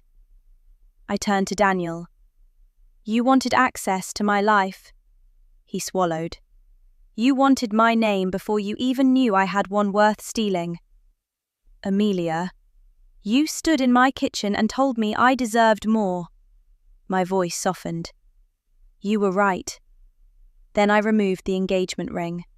I placed it in his palm. This wedding is cancelled. He stared at the ring, then at me. You humiliated me. I smiled. No, Daniel. I leaned closer. I documented you. That was when the police entered. Not for the affair, not for cheating. Betrayal is not always criminal, but fraud investigations are. Corporate misconduct is. Potential theft is. Unlawful access is. And someone had broken into my apartment, stolen my mother's necklace, and breached Hart Global archives using my credentials. Daniel looked around in panic. Sophia stepped backward. Eleanor tried to leave. Rebecca blocked her path. Not yet. The officers approached Daniel first. He shouted my name. I did not answer. Then Sophia screamed. Not from fear, from warning. Amelia, behind you! I turned. Too late. A man in a grey coat stood near the side entrance. Victor Kane. But he was not looking at me. He was looking at the screen. At my mother's face. His expression was not triumph. It was grief. Then the lights went out. The hall plunged into darkness. People screamed. Glass shattered. Someone shouted, "Gun!" Hands grabbed me. Marcus. He pulled me down behind the altar as chaos erupted. Another shot rang out. Then another. When the emergency lights came on, Daniel was on the floor. Alive, bleeding from the shoulder. Sophia was kneeling beside him. Eleanor was gone. Victor was gone. And my father? My father stood in the aisle holding a gun. Again. Only this time, it was smoking. The entire room stared at him. Then he looked at me and said, I had to. Chapter 10. The $1 billion Revelation. I had to. Those 3 words echoed through the wedding hall. My father stood in the aisle, gun in hand, smoke still curling from the barrel. Daniel was bleeding on the floor. Sophia was screaming his name. Guests were crouched beneath tables. Security officers flooded the room. And I stood behind the altar, staring at the man who had raised me. The man who had lied to me. The man my mother had accused from beyond the grave. Dad. He looked at me, and for one moment, he was not Richard Hart, billionaire industrialist. He was just my father. Terrified, aged, broken. He was going to shoot you, he said. I followed his gaze. Near the side entrance, a second gun lay on the floor. Not my father's. Someone had dropped it. Marcus moved fast. He kicked the weapon away, then shouted orders into his earpiece. "Lock down all exits! Find Voss! Find Kane!" Sophia pressed both hands over Daniel's shoulder. Blood spread between her fingers. Daniel's face was white with pain. "Amelia," he gasped. I did not move. Sophia looked up at me. "Help him!" I stared at the man who had betrayed me, lied to me, tried to use me, and still somehow expected me to save him. Then I turned to Marcus. "Get medical help." He nodded once. Even in revenge, I was not a monster.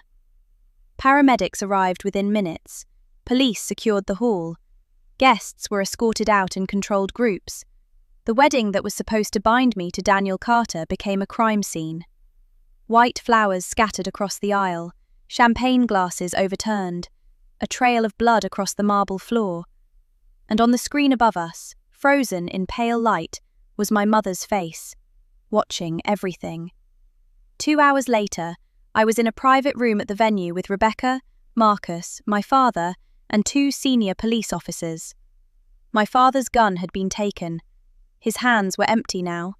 He looked smaller without it. One officer asked him the same question for the 4th time. "Who were you aiming at, Mr. Hart?" My father answered calmly. "Victor Kane." "Did you hit him?" "I don't know." "Then how was Mr. Carter shot?" My father looked at me, then away. "I don't know." That was when I understood. He did know, or at least he suspected. Rebecca saw it too. She leaned toward me and whispered, "Say nothing." The officer continued. "Witnesses report the lights failed before shots were fired." "Yes." "Did you discharge your weapon before or after the lights came back on?" "During the blackout." "And you claim you fired at Victor Kane?" "Yes." "Where is Mr. Kane now?" "I don't know." The officer made a note. "And Ms. Voss?" Nobody answered, because Eleanor had vanished. In a room filled with executives, lawyers, guests, police, private security and cameras, Eleanor Voss had disappeared during 90 seconds of darkness. That meant one thing.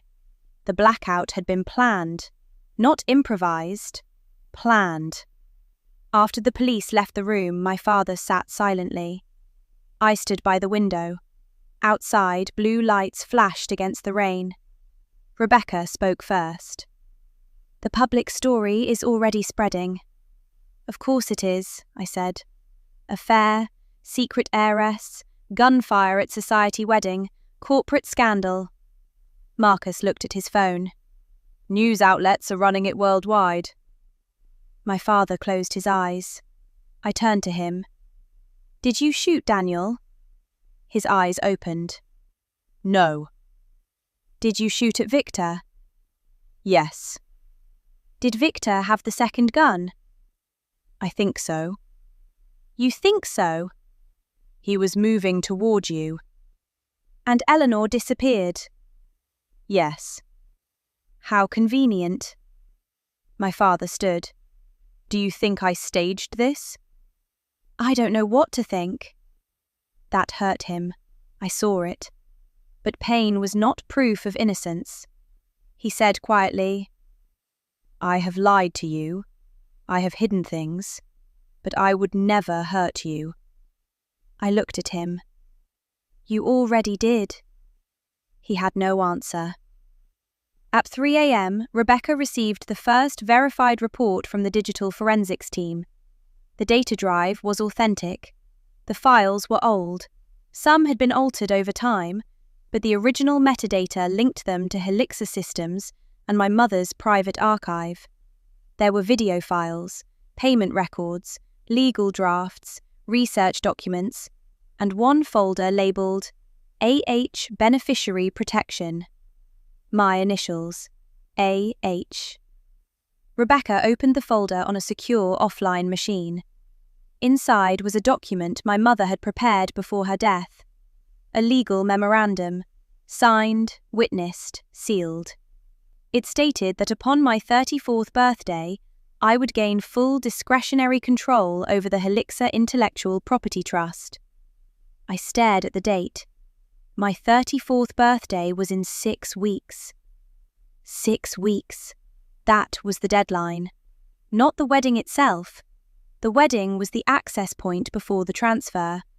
If Daniel married me before my 34th birthday, if I signed the post-marriage agreement, if Eleanor gained emergency control at Hart Global, if my father was discredited, if I looked unstable, then they could challenge my control of the Heiress Trust before it fully transferred. The whole conspiracy finally made sense. My marriage was not romance, it was timing. Daniel was the legal doorway, Sophia was the emotional doorway, Eleanor was the corporate doorway, Victor was the historical doorway, and my father's lies were the weakness that made every door possible. Rebecca read the memorandum twice, then looked at me.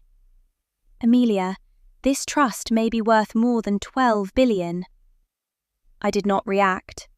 Numbers had stopped meaning anything. How much? She hesitated. With current licensing, patents and unresolved claims, possibly 20 to 30 billion. Marcus exhaled slowly. My father sat down. I looked at my mother's signature. Evelyn Hart. She had not left me jewellery. She had left me a war. Rebecca continued. There is more? Of course there was.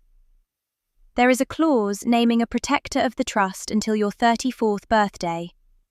My father? No. I looked up. Who? Rebecca turned the screen toward me. Eleanor Voss. The room went silent. I whispered, No. My father stood.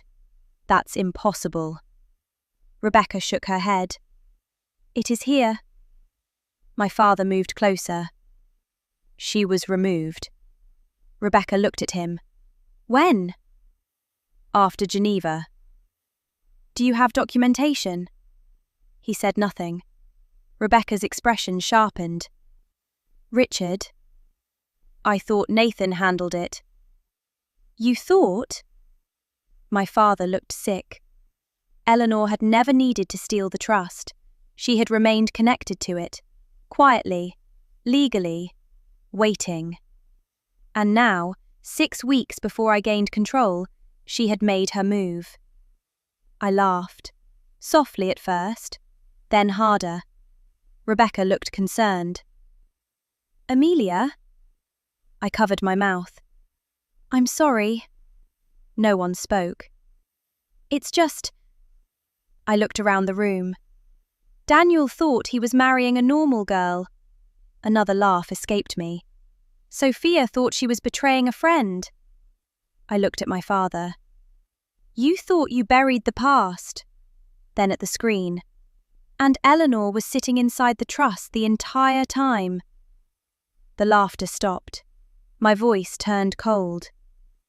I want everything. Rebecca nodded. We will file immediately. No. She paused. No? If we file quietly, Eleanor fights quietly. Marcus watched me closely. What do you want? I looked at the frozen wedding hall through the window. The flowers, the cameras, the press outside, the entire world already watching. I want the truth public. Rebecca shook her head. That is risky. Everything is risky. Public disclosure could damage Hart Global. Hart Global survived lies. It can survive truth. My father said, Amelia. I turned on him. No! He stopped. You don't get to decide what the family can survive anymore. At sunrise, I recorded a statement. No tears, no dramatic breakdown, just facts. I confirmed the wedding was cancelled.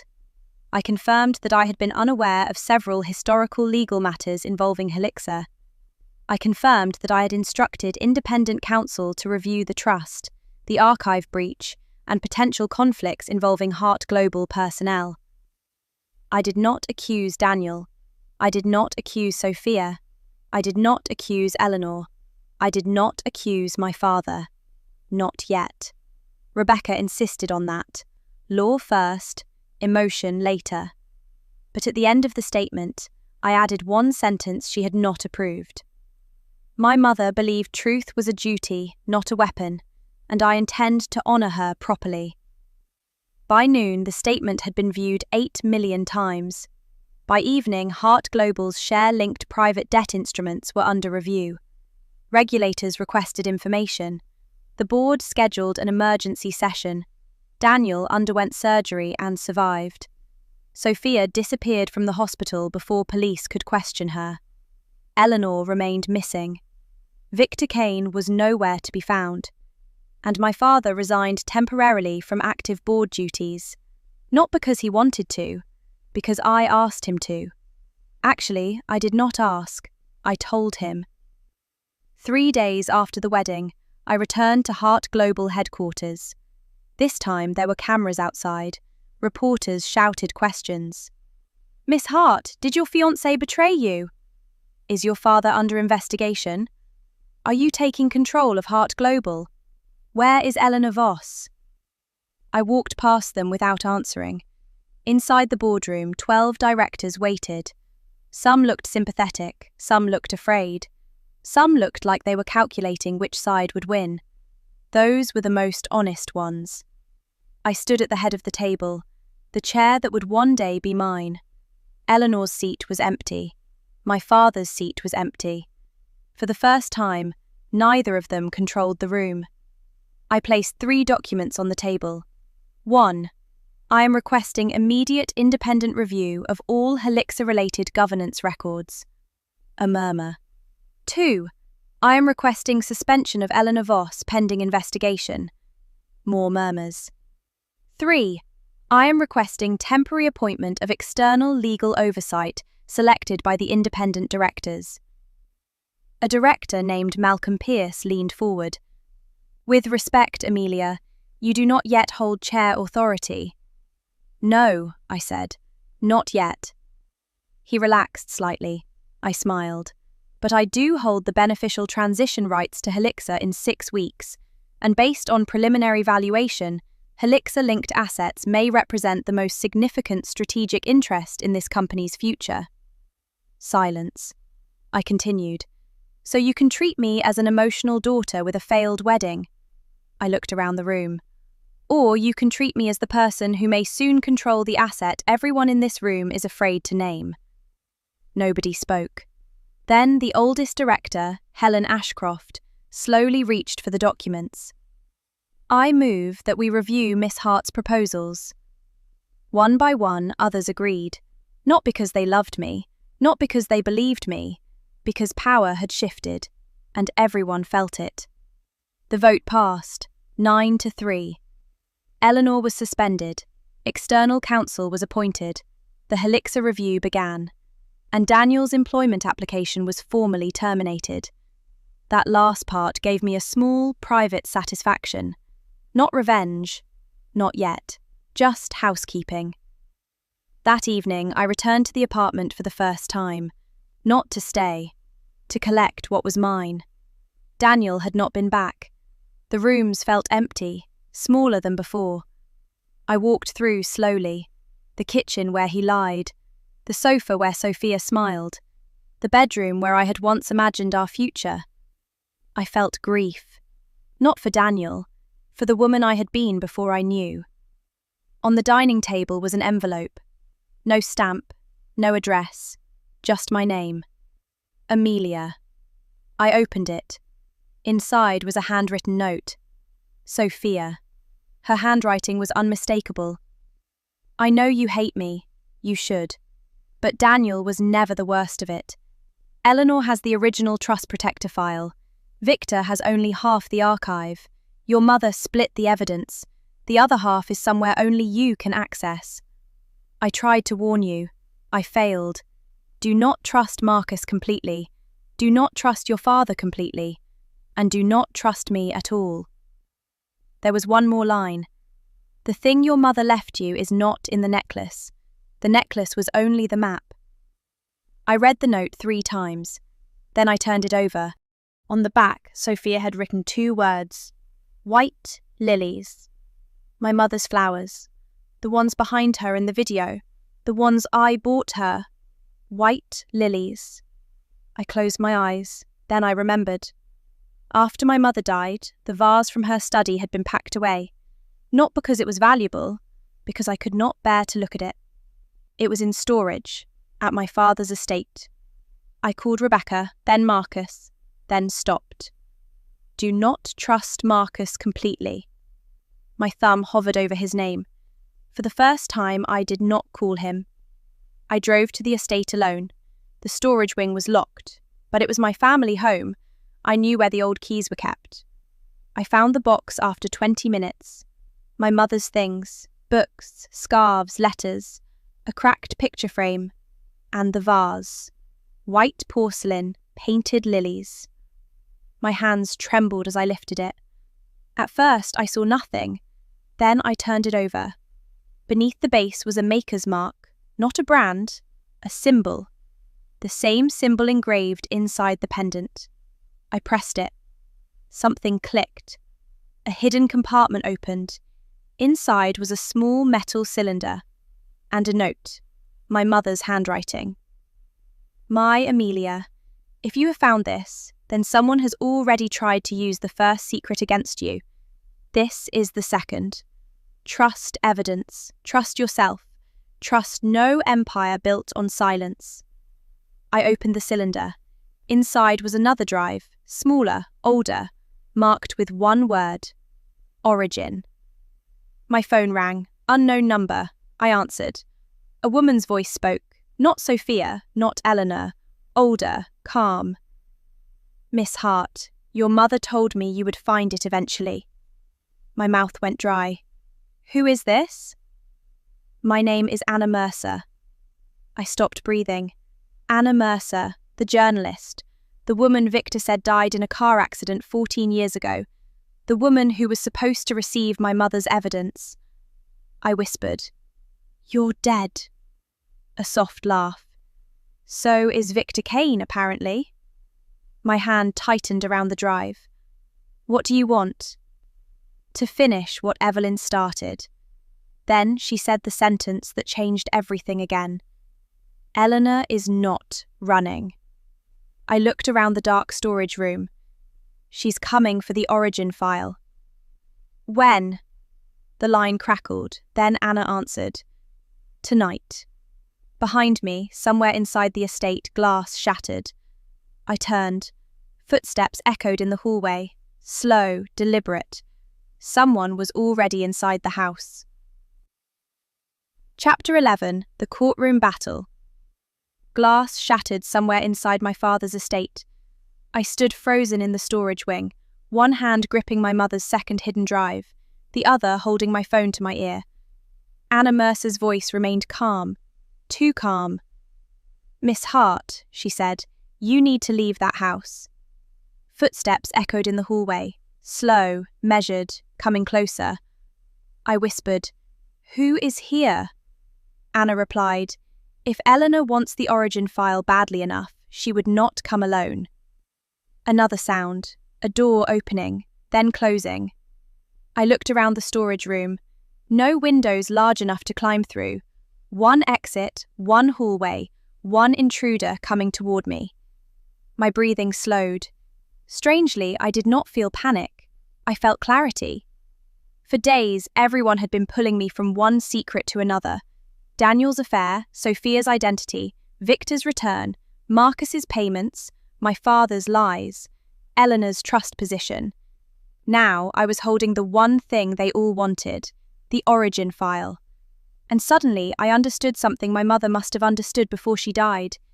Truth is not powerful because people want to know it. Truth is powerful because guilty people are terrified of it being found. Anna spoke again. Amelia, are you listening? Yes. There is an old service stairwell behind the linen shelves. I turned. What? Third shelf from the left. Pull the brass handle underneath. My blood ran cold. How do you know that? Your mother showed me. The footsteps grew louder. I moved quickly. Third shelf, brass handle. At first I could not find it. Then my fingers brushed cold metal. I pulled. A section of shelving clicked open. Behind it was darkness, a narrow stairwell. Go, Anna said.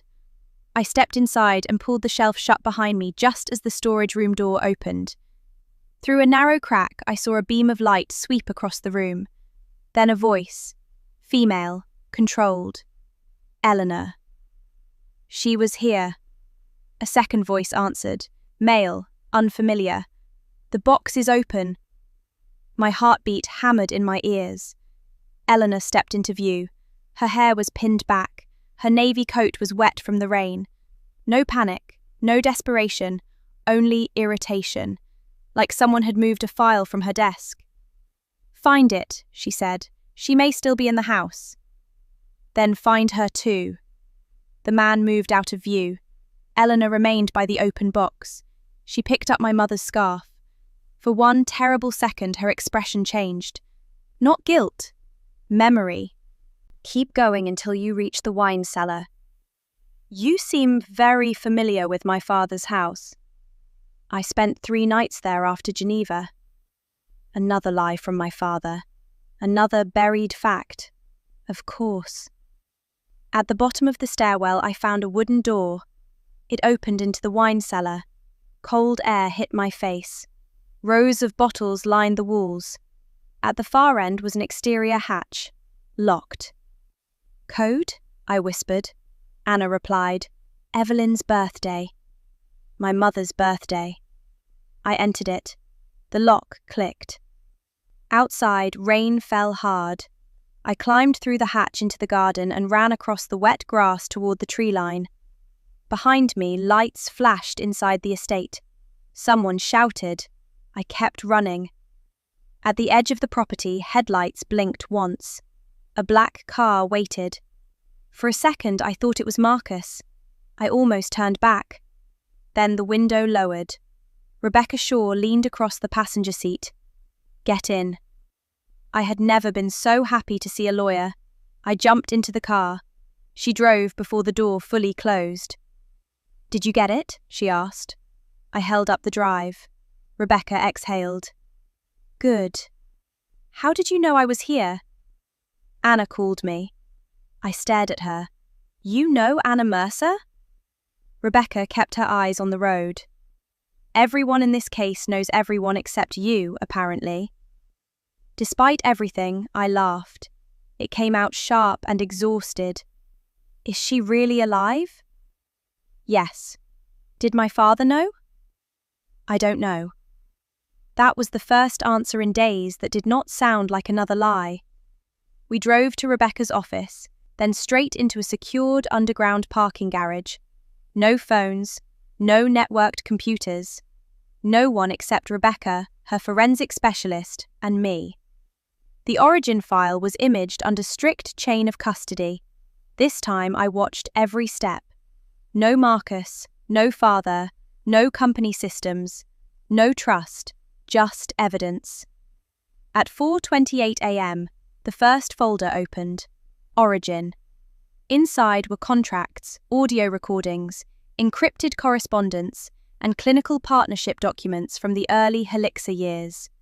But one file sat alone. A video. My mother again. Younger this time. Before illness. Before the scarf. Before the tiredness. She appeared in a laboratory office, her hair pulled back, her expression tense. The file date was 3 days after Geneva. Rebecca pressed play. My mother looked directly into the camera. If this recording is recovered, then assume the internal archive has been compromised. Her voice was steady. Heiress began as a diagnostic imaging platform intended to support earlier detection of neurological disease. That was the promise. That was the lie we told ourselves. She paused. The original model was trained using datasets obtained through agreements that were incomplete, coercive, or deliberately obscured. I objected. Victor resisted. Eleanor negotiated. Richard financed. My throat tightened. She continued. No single person built the wrongdoing alone. That is how systems protect themselves. Everyone does one part, and everyone claims they never saw the whole. Rebecca whispered. My God. My mother leaned closer. The most dangerous file is not the financial ledger. It is the consent archive. It proves who knew the data was compromised and who continued anyway. The video froze for 1 second, then continued. If Amelia is alive when this is found, protect her from all of us. All of us. Not them. Us. That was my mother's final honesty. The next 48 hours moved like a legal storm. Rebecca filed urgent applications in court, preservation orders, injunctions preventing destruction of Heiress-related materials, applications to restrict Eleanor from acting as trust protector pending investigation, notices to Hart Global, notices to Carter Strategic Ventures, notices to Voss Strategic Advisory, notices to every party connected to the trust. By then, the press had turned my life into a spectacle. Secret heiress scandal deepens. Billion-dollar trust at center of wedding shooting. Hart Global faces historic data misconduct claims. Daniel gave no interviews. He was still recovering. Sophia remained missing. Victor had vanished. Eleanor denied everything through lawyers. My father issued no statement. That silence cost him. 3 days later, the first hearing began. The courtroom was packed, not with ordinary spectators, with journalists, corporate lawyers, regulators, Hart Global representatives, people who knew history was being rewritten in real time. I sat beside Rebecca. Across the room sat Eleanor Voss. For the first time, she looked less polished, not defeated, never that, but stretched. Beside her was a legal team large enough to form a small government. My father sat 2 rows behind me, not beside me, behind. That placement was intentional. Daniel did not attend. His solicitor did. Sophia did not attend. No one knew where she was. Victor Kane was officially still presumed dead, which complicated matters considerably. The judge entered. Everyone stood. Then the battle began. Rebecca rose first. My lady, this application concerns urgent protective measures relating to the Heiress Biomedical Systems Trust, associated intellectual property, and archival evidence recently recovered by my client, Miss Amelia Hart. Eleanor's barrister stood. My lady, we strongly object to the sensationalized framing of this matter. Rebecca turned slightly. There was a shooting at my client's wedding 3 days ago. Sensationalism is unfortunately unavoidable. A few people shifted. The judge looked unimpressed with everyone. Proceed. Rebecca laid it out carefully, not emotionally, not like a betrayed fiancé, like a legal surgeon. The trust, the approaching birthday transfer, Eleanor's alleged protector role, the suspicious post-marriage agreement linked to Daniel's shell company, the archive breach using my credentials, the stolen pendant, the origin file, the historic Heiress evidence. Then Eleanor's barrister attacked. He called the application speculative. He said the evidence was incomplete. He said I was emotionally compromised. There it was, the narrative. He did not say unstable. He did not need to. He said I had recently discovered infidelity. He said I had publicly humiliated my fiancé. He said I had revealed private matters during a wedding ceremony. He said I had powerful personal motives. Each phrase was polished. Each phrase was poison. Rebecca listened calmly, then stood. My lady, powerful personal motives do not make documentary evidence disappear. The judge nodded slightly. Rebecca continued. My client's emotional circumstances are not the issue. The issue is whether there is sufficient risk to justify interim protection of trust assets and evidence. Eleanor watched me from across the room. For the first time, I smiled at her. Not because I was winning, because I refused to look wounded. Then Rebecca played 20 seconds of my mother's video. Only 20, enough to establish relevance, not enough to expose the full archive. My mother's voice filled the courtroom. No single person built the wrongdoing alone. Everyone does one part, and everyone claims they never saw the whole. The room went completely still. Even Eleanor looked away. The judge ordered a short recess. During the break, my father approached me. Rebecca moved as if to block him. I shook my head. He stopped a few feet away. Amelia. No. I need to explain.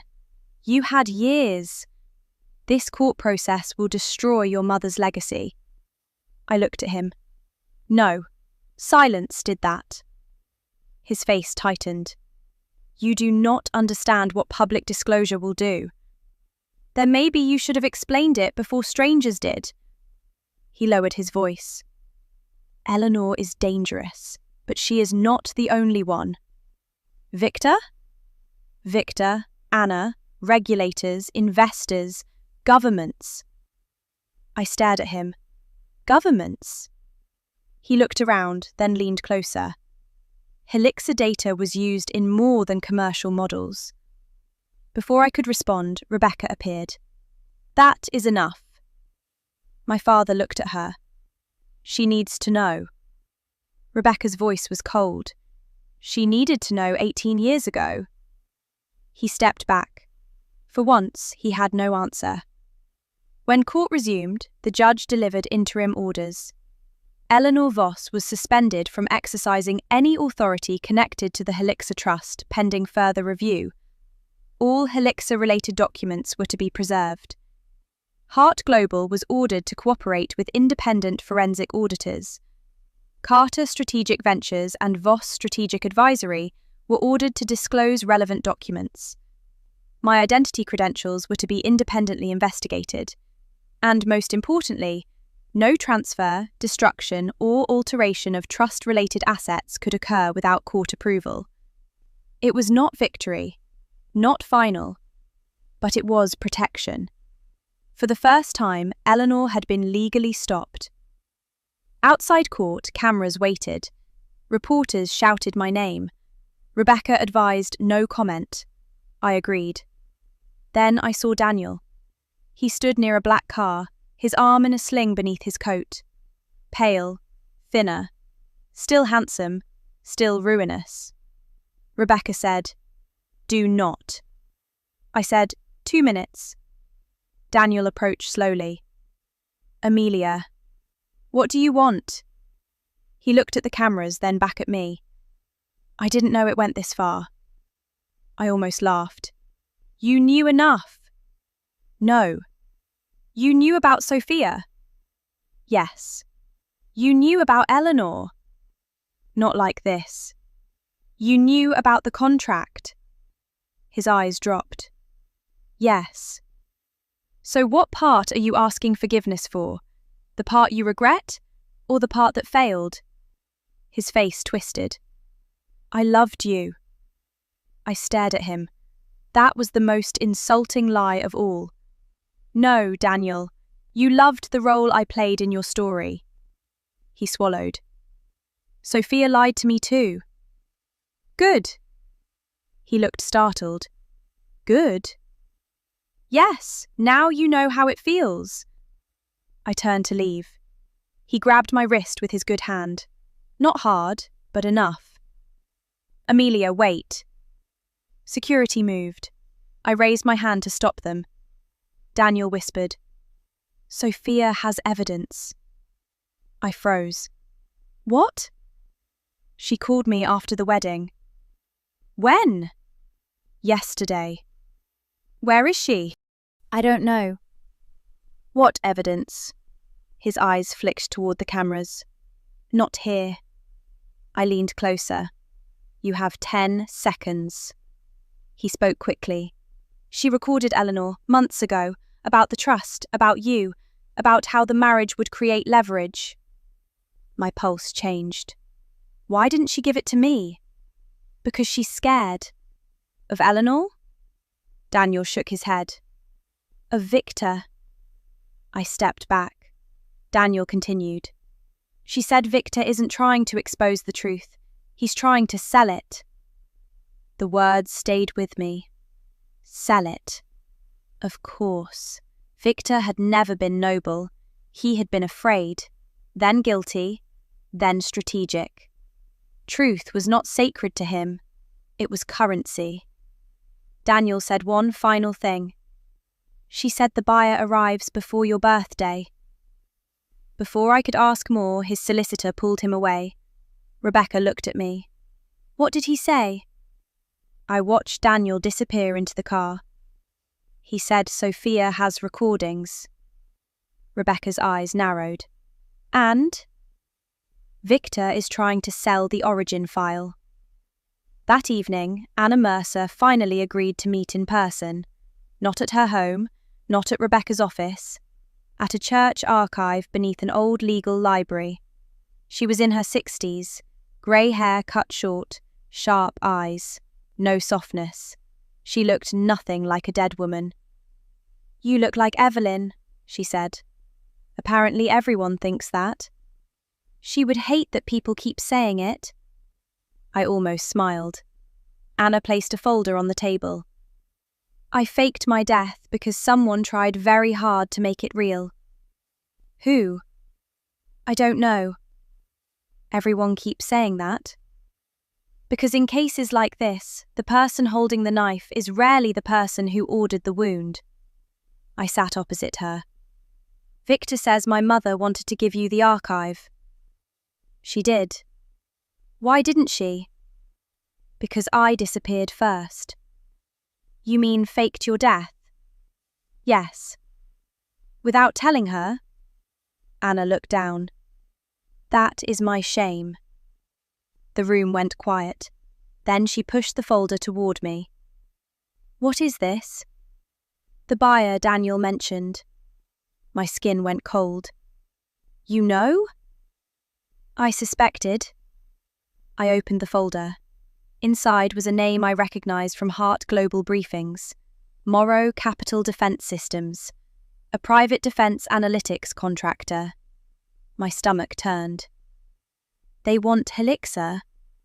They want Origin. Why? Because the early models were not only medical. My father's warning returned. Governments. Anna continued. Helixer's predictive imaging systems were adapted for biometric risk modelling, population analytics, and defence screening. I felt sick. My mother built medical technology. Yes. And they turned it into surveillance infrastructure? Anna's silence answered. I closed the folder. When is the sale? 48 hours. Where? Anna hesitated, then slid a photograph across the table. A private airfield, a familiar grey coat. Victor Kane. Beside him stood Sophia. My chest tightened.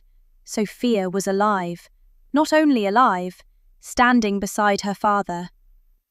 Anna said quietly, You need to decide whether your friend is hostage, accomplice, or both. I stared at Sophia's face in the photograph. She looked afraid, but fear did not prove innocence. Nothing did anymore. I left the meeting with two truths. The court had protected the trust, but not the evidence. And Victor Kane was preparing to sell my mother's origin file to a defense contractor before my 34th birthday. That night, I returned to Rebecca's office. We built the next plan. Not a wedding trap, not a boardroom counterattack. A legal ambush. Court orders, regulatory notification, police coordination, private airport surveillance, and one more element. Me. Rebecca hated that part. Marcus hated it more. My father was not told. At dawn, a message arrived from an unknown number. No text, just an audio file. I played it. Sophia's voice. Low, shaking. Amelia, if you get this, I need you to understand. I did betray you, but I didn't know what he was going to do with the file. Victor says he can destroy Hart Global, Eleanor, your father, everyone. But he's lying. He's selling it. I tried to stop him. A pause, then whispering. He knows I recorded Eleanor. He knows I sent you the note. I don't have much time. My heart pounded. Then another voice in the background. Victor. Sophia? The audio became chaotic. Footsteps. A gasp. Then Sophia whispered one final sentence. Don't come for me unless you're ready to lose everything. The recording ended. I sat in silence. Rebecca looked at me. What are you going to do? I looked at the court order on the desk, then at the photograph of the airfield, then at my mother's handwriting. Trust evidence. Trust yourself. Trust no empire built on silence. I stood. I'm going to court first. Rebecca nodded. And after? I looked at Sophia's frozen image. Then I'm going to the airfield. Chapter 12. The Final Revenge. By the time the sun rose, I understood the difference between revenge and justice. Revenge wants pain. Justice wants truth. But sometimes, if you are patient enough, truth becomes the most painful revenge of all. Rebecca filed the emergency application at 7:12 a.m. By 8:40, we had an interim order preventing transfer, sale, disclosure, or destruction of any Helixa-related data, including the origin file and any copies derived from it. By 9:15, regulators had been notified. By 9:50, law enforcement had enough information to monitor the private airfield. By 10:30, Victor Kane believed he was walking into a private transaction. He was wrong. I arrived at the airfield in a plain black car. No dramatic entrance, no designer coat, no cameras, just me, Rebecca, Marcus, and a copy of the court order in my hand. The airfield sat behind locked gates on the edge of the countryside. A private jet waited near the hangar. Engines quiet. Door open, ready. Victor Kane stood beside it in his grey coat. Sophia was with him. Her hair was tied back, her face was pale. When she saw me, she looked like someone seeing both rescue and punishment arrive at the same time. Victor smiled. You came. I stepped out of the car. No. I held up the court order. We did. His smile faded. Police vehicles moved in from both sides of the hangar. Not sirens, not theatrics, just quiet, controlled pressure. The kind money cannot talk its way out of. Victor looked around, then laughed softly. Your mother would have enjoyed this. Do not use her name. Sophia took a step toward me. Victor grabbed her arm. I looked at his hand. Let her go. He smiled. Still sentimental. No, I said. Documented. Marcus stepped forward. Mr. Kane, remove your hand. Victor released her. Sophia did not run to me. Good. I would not have known what to do if she had. Rebecca approached with officers and served the order. Victor read it slowly. His expression changed with each line. The sale was frozen. The buyer was identified. The data was protected. The court had jurisdiction. His leverage was gone. He looked at me.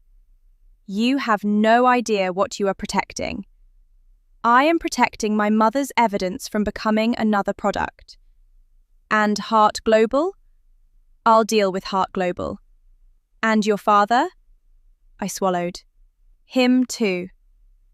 For the first time, Victor seemed genuinely impressed. Then the buyer arrived. A black SUV pulled near the hangar. 2 men stepped out. They saw police. They saw Rebecca. They saw me. Then they got back into the SUV. That was it. The billion-dollar sale collapsed in less than 30 seconds. Victor watched them leave. Something inside him broke. Not loudly, not violently, just visibly. He had spent 18 years surviving on secrets, and now the secret had been taken from him. Sophia whispered, "Dad." He turned on her. "You did this." She flinched. "No," I said. Victor looked at me. "She did what all of you failed to do." "What?" She told the truth before it was too late. Sophia started crying. I did not comfort her. Not yet. Maybe not ever. But I did not let him destroy her either. Victor was arrested that afternoon on suspicion of offences connected to data theft, attempted unlawful transfer of protected material, and obstruction of the ongoing investigation. The final charges would take months, maybe years, but the grey-coated ghost of Geneva was no longer a ghost. He was a man in handcuffs, and men in handcuffs look much smaller than legends. Eleanor was arrested 2 days later. Not at home, not at an airport, at a private legal office where she was attempting to access archived trust records through an old protector authority she claimed was still valid. Rebecca called me when it happened. She asked whether you were satisfied. "What did you say?" "I said you were busy." "With what?" "Taking her office." I laughed for the first time in weeks. Not happily, but freely. The board moved fast after that. Public pressure was unbearable. Regulatory pressure was worse. Hart Global announced an independent inquiry into the Heiress matter, full cooperation with regulators, and temporary restructuring of governance. My father resigned as chair. He did not fight it. That hurt in a way I did not expect. A week later, he came to see me. No lawyers, no Marcus, no advisors, just him. He looked older, but honest, for once. "I failed you," he said. I did not answer. "I failed your mother first." Still, I said nothing. He placed a folder on my desk. My statement. I opened it. A full written account. Geneva, Heiress, the archive, his knowledge, his silence, his fear, his mistakes. Not perfect, not complete redemption, but sworn, signed, admissible. "You should have given me this years ago," I said. "I know. I don't forgive you." His eyes filled. "I know. But I will use it." He nodded. "That is why I brought it." When he left, he looked back once. For the first time, I saw him not as a villain, not as a hero, just as a man whose love had become control, and whose control had almost destroyed everything he wanted to protect. Daniel tried to reach me from the hospital, then through lawyers, then through the press. He gave one interview, only one. He described himself as misled, emotionally manipulated, and unaware of the scale of corporate issues surrounding the Hart family. Unfortunately for Daniel, Rebecca had receipts, messages, documents, the contract, his interview responses, his shell company, his lies. His career did not end in one dramatic explosion. It ended slowly, quietly, the way reputations often die. Invitations stopped, clients withdrew, his consulting license came under review. Carter Strategic Ventures was dissolved under scrutiny. His name became a cautionary whisper in rooms where he once dreamed of being powerful. That was enough. Sophia testified. That surprised everyone, including me. Her recordings of Eleanor became key evidence. In them, Eleanor explained exactly how the marriage would create leverage. Not ownership, leverage. Financial disclosure, emotional pressure, public instability, legal fog. "She does not need to sign away an empire," Eleanor said in one recording. "She only needs to appear unfit to control one." That sentence destroyed her, not legally by itself, but publicly, completely. Sophia also admitted her role: the money, the surveillance, the affair, the introduction, the lies. She did not make herself innocent. That was the first decent thing she had done in years. After her testimony, she waited outside the courthouse. I knew she would. She stood in the rain without an umbrella, like a memory punishing itself. "Amelia," she said. I stopped. Rebecca continued walking to give us space. Not forgiveness, space. Sophia looked thinner, exhausted. "I'm sorry." "You've said that?" "I know." "What do you want?" She swallowed. "I don't know." That was the most honest answer she had ever given me. I looked at her. For 12 years she had been my best friend. For 8 months she had been Daniel's lover. For much longer she had been a lie. But she had also been the person who sent the note, the audio, the warning, the recordings. People are rarely one thing. That is what makes betrayal so difficult. "I loved you," I said. She cried. "I loved you too." "No," I said quietly. "You loved being close enough to hate me." She flinched, then nodded. "Yes." I appreciated the honesty. It did not heal anything, but it stopped the bleeding. "Will you ever forgive me?" she asked. I looked toward the courthouse steps, at the cameras, at the lawyers, at the empire waiting to be rebuilt. "No." Her face crumpled. "Not now," I added. She looked up. "Maybe not ever." Then I walked away. That was my mercy. Not a promise, not a reunion, just the truth. 6 weeks later, on my 34th birthday, the Heiress Trust transferred into my control. Not quietly, not cleanly, but legally. By then, the independent inquiry had confirmed enough to shake the foundations of several institutions. The final reports would take years. Cases would continue. Settlements would happen. Careers would end. Some people would escape consequences. They always do. But not all of them. Not this time. On the morning of the transfer, I stood in the Hart Global boardroom, the same room where Eleanor had tried to suspend me, the same room where my mother's accusation had shattered my faith in my father, the same room where people once discussed my future without inviting me into it. Helen Ashcroft nominated me as interim chair. The vote passed. Unanimously. Power feels different when you no longer crave approval. I accepted the position with one condition: full disclosure of Heiress governance, creation of an independent ethics foundation in my mother's name, compensation review for affected parties, and permanent separation of trust oversight from Hart Global executive influence. No empire built on silence. That was my mother's final lesson. Months later, I returned to the old apartment. It had been empty since everything happened. I stood in the doorway and looked at the life Daniel thought was all I had. Small kitchen, cheap curtains, second-hand sofa. The place where I was underestimated. The place where I learned the value of being unseen. I did not hate it. That surprised me. That ordinary life had not been fake. My love had been real. My trust had been real. My heartbreak had been real. The lies belonged to them, not me.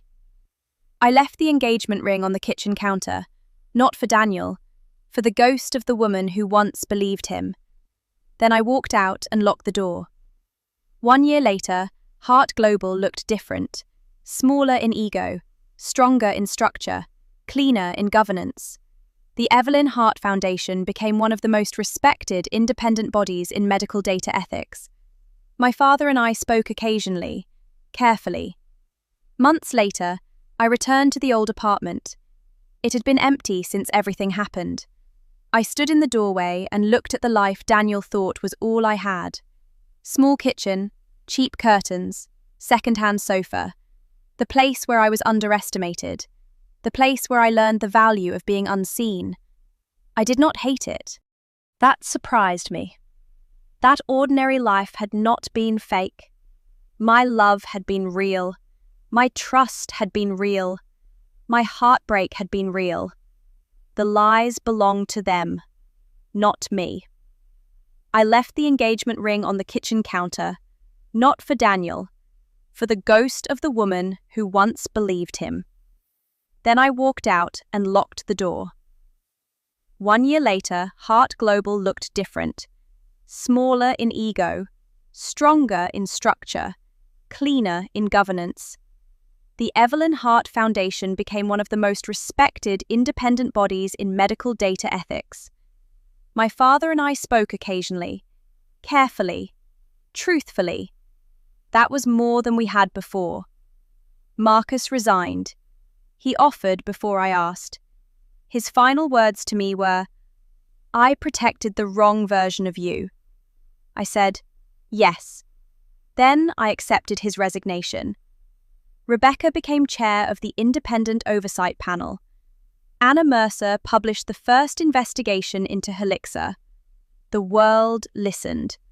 Victor Kane faced trial. Eleanor fought everything. Of course she did. Daniel disappeared from public life. Sophia left the country after giving evidence. Sometimes I wondered where she was. Then I reminded myself wondering is not the same as wanting back. On the anniversary of the wedding that never happened, I visited my mother's grave. I brought white lilies. For years, I had brought them because she loved them. Now I brought them because they had saved me. I stood there for a long time. Then I said, "You were right."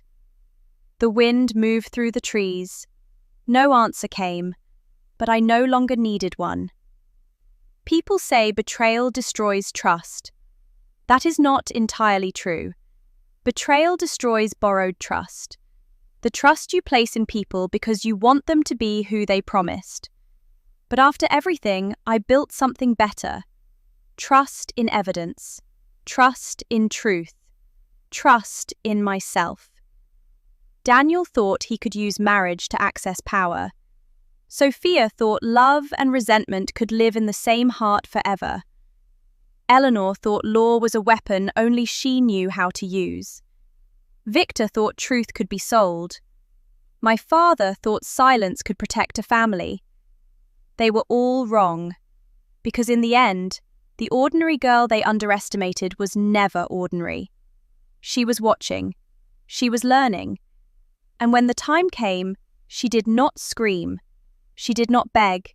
She did not collapse. She documented everything. Then she took back the empire. And this time, she built it in her mother's name.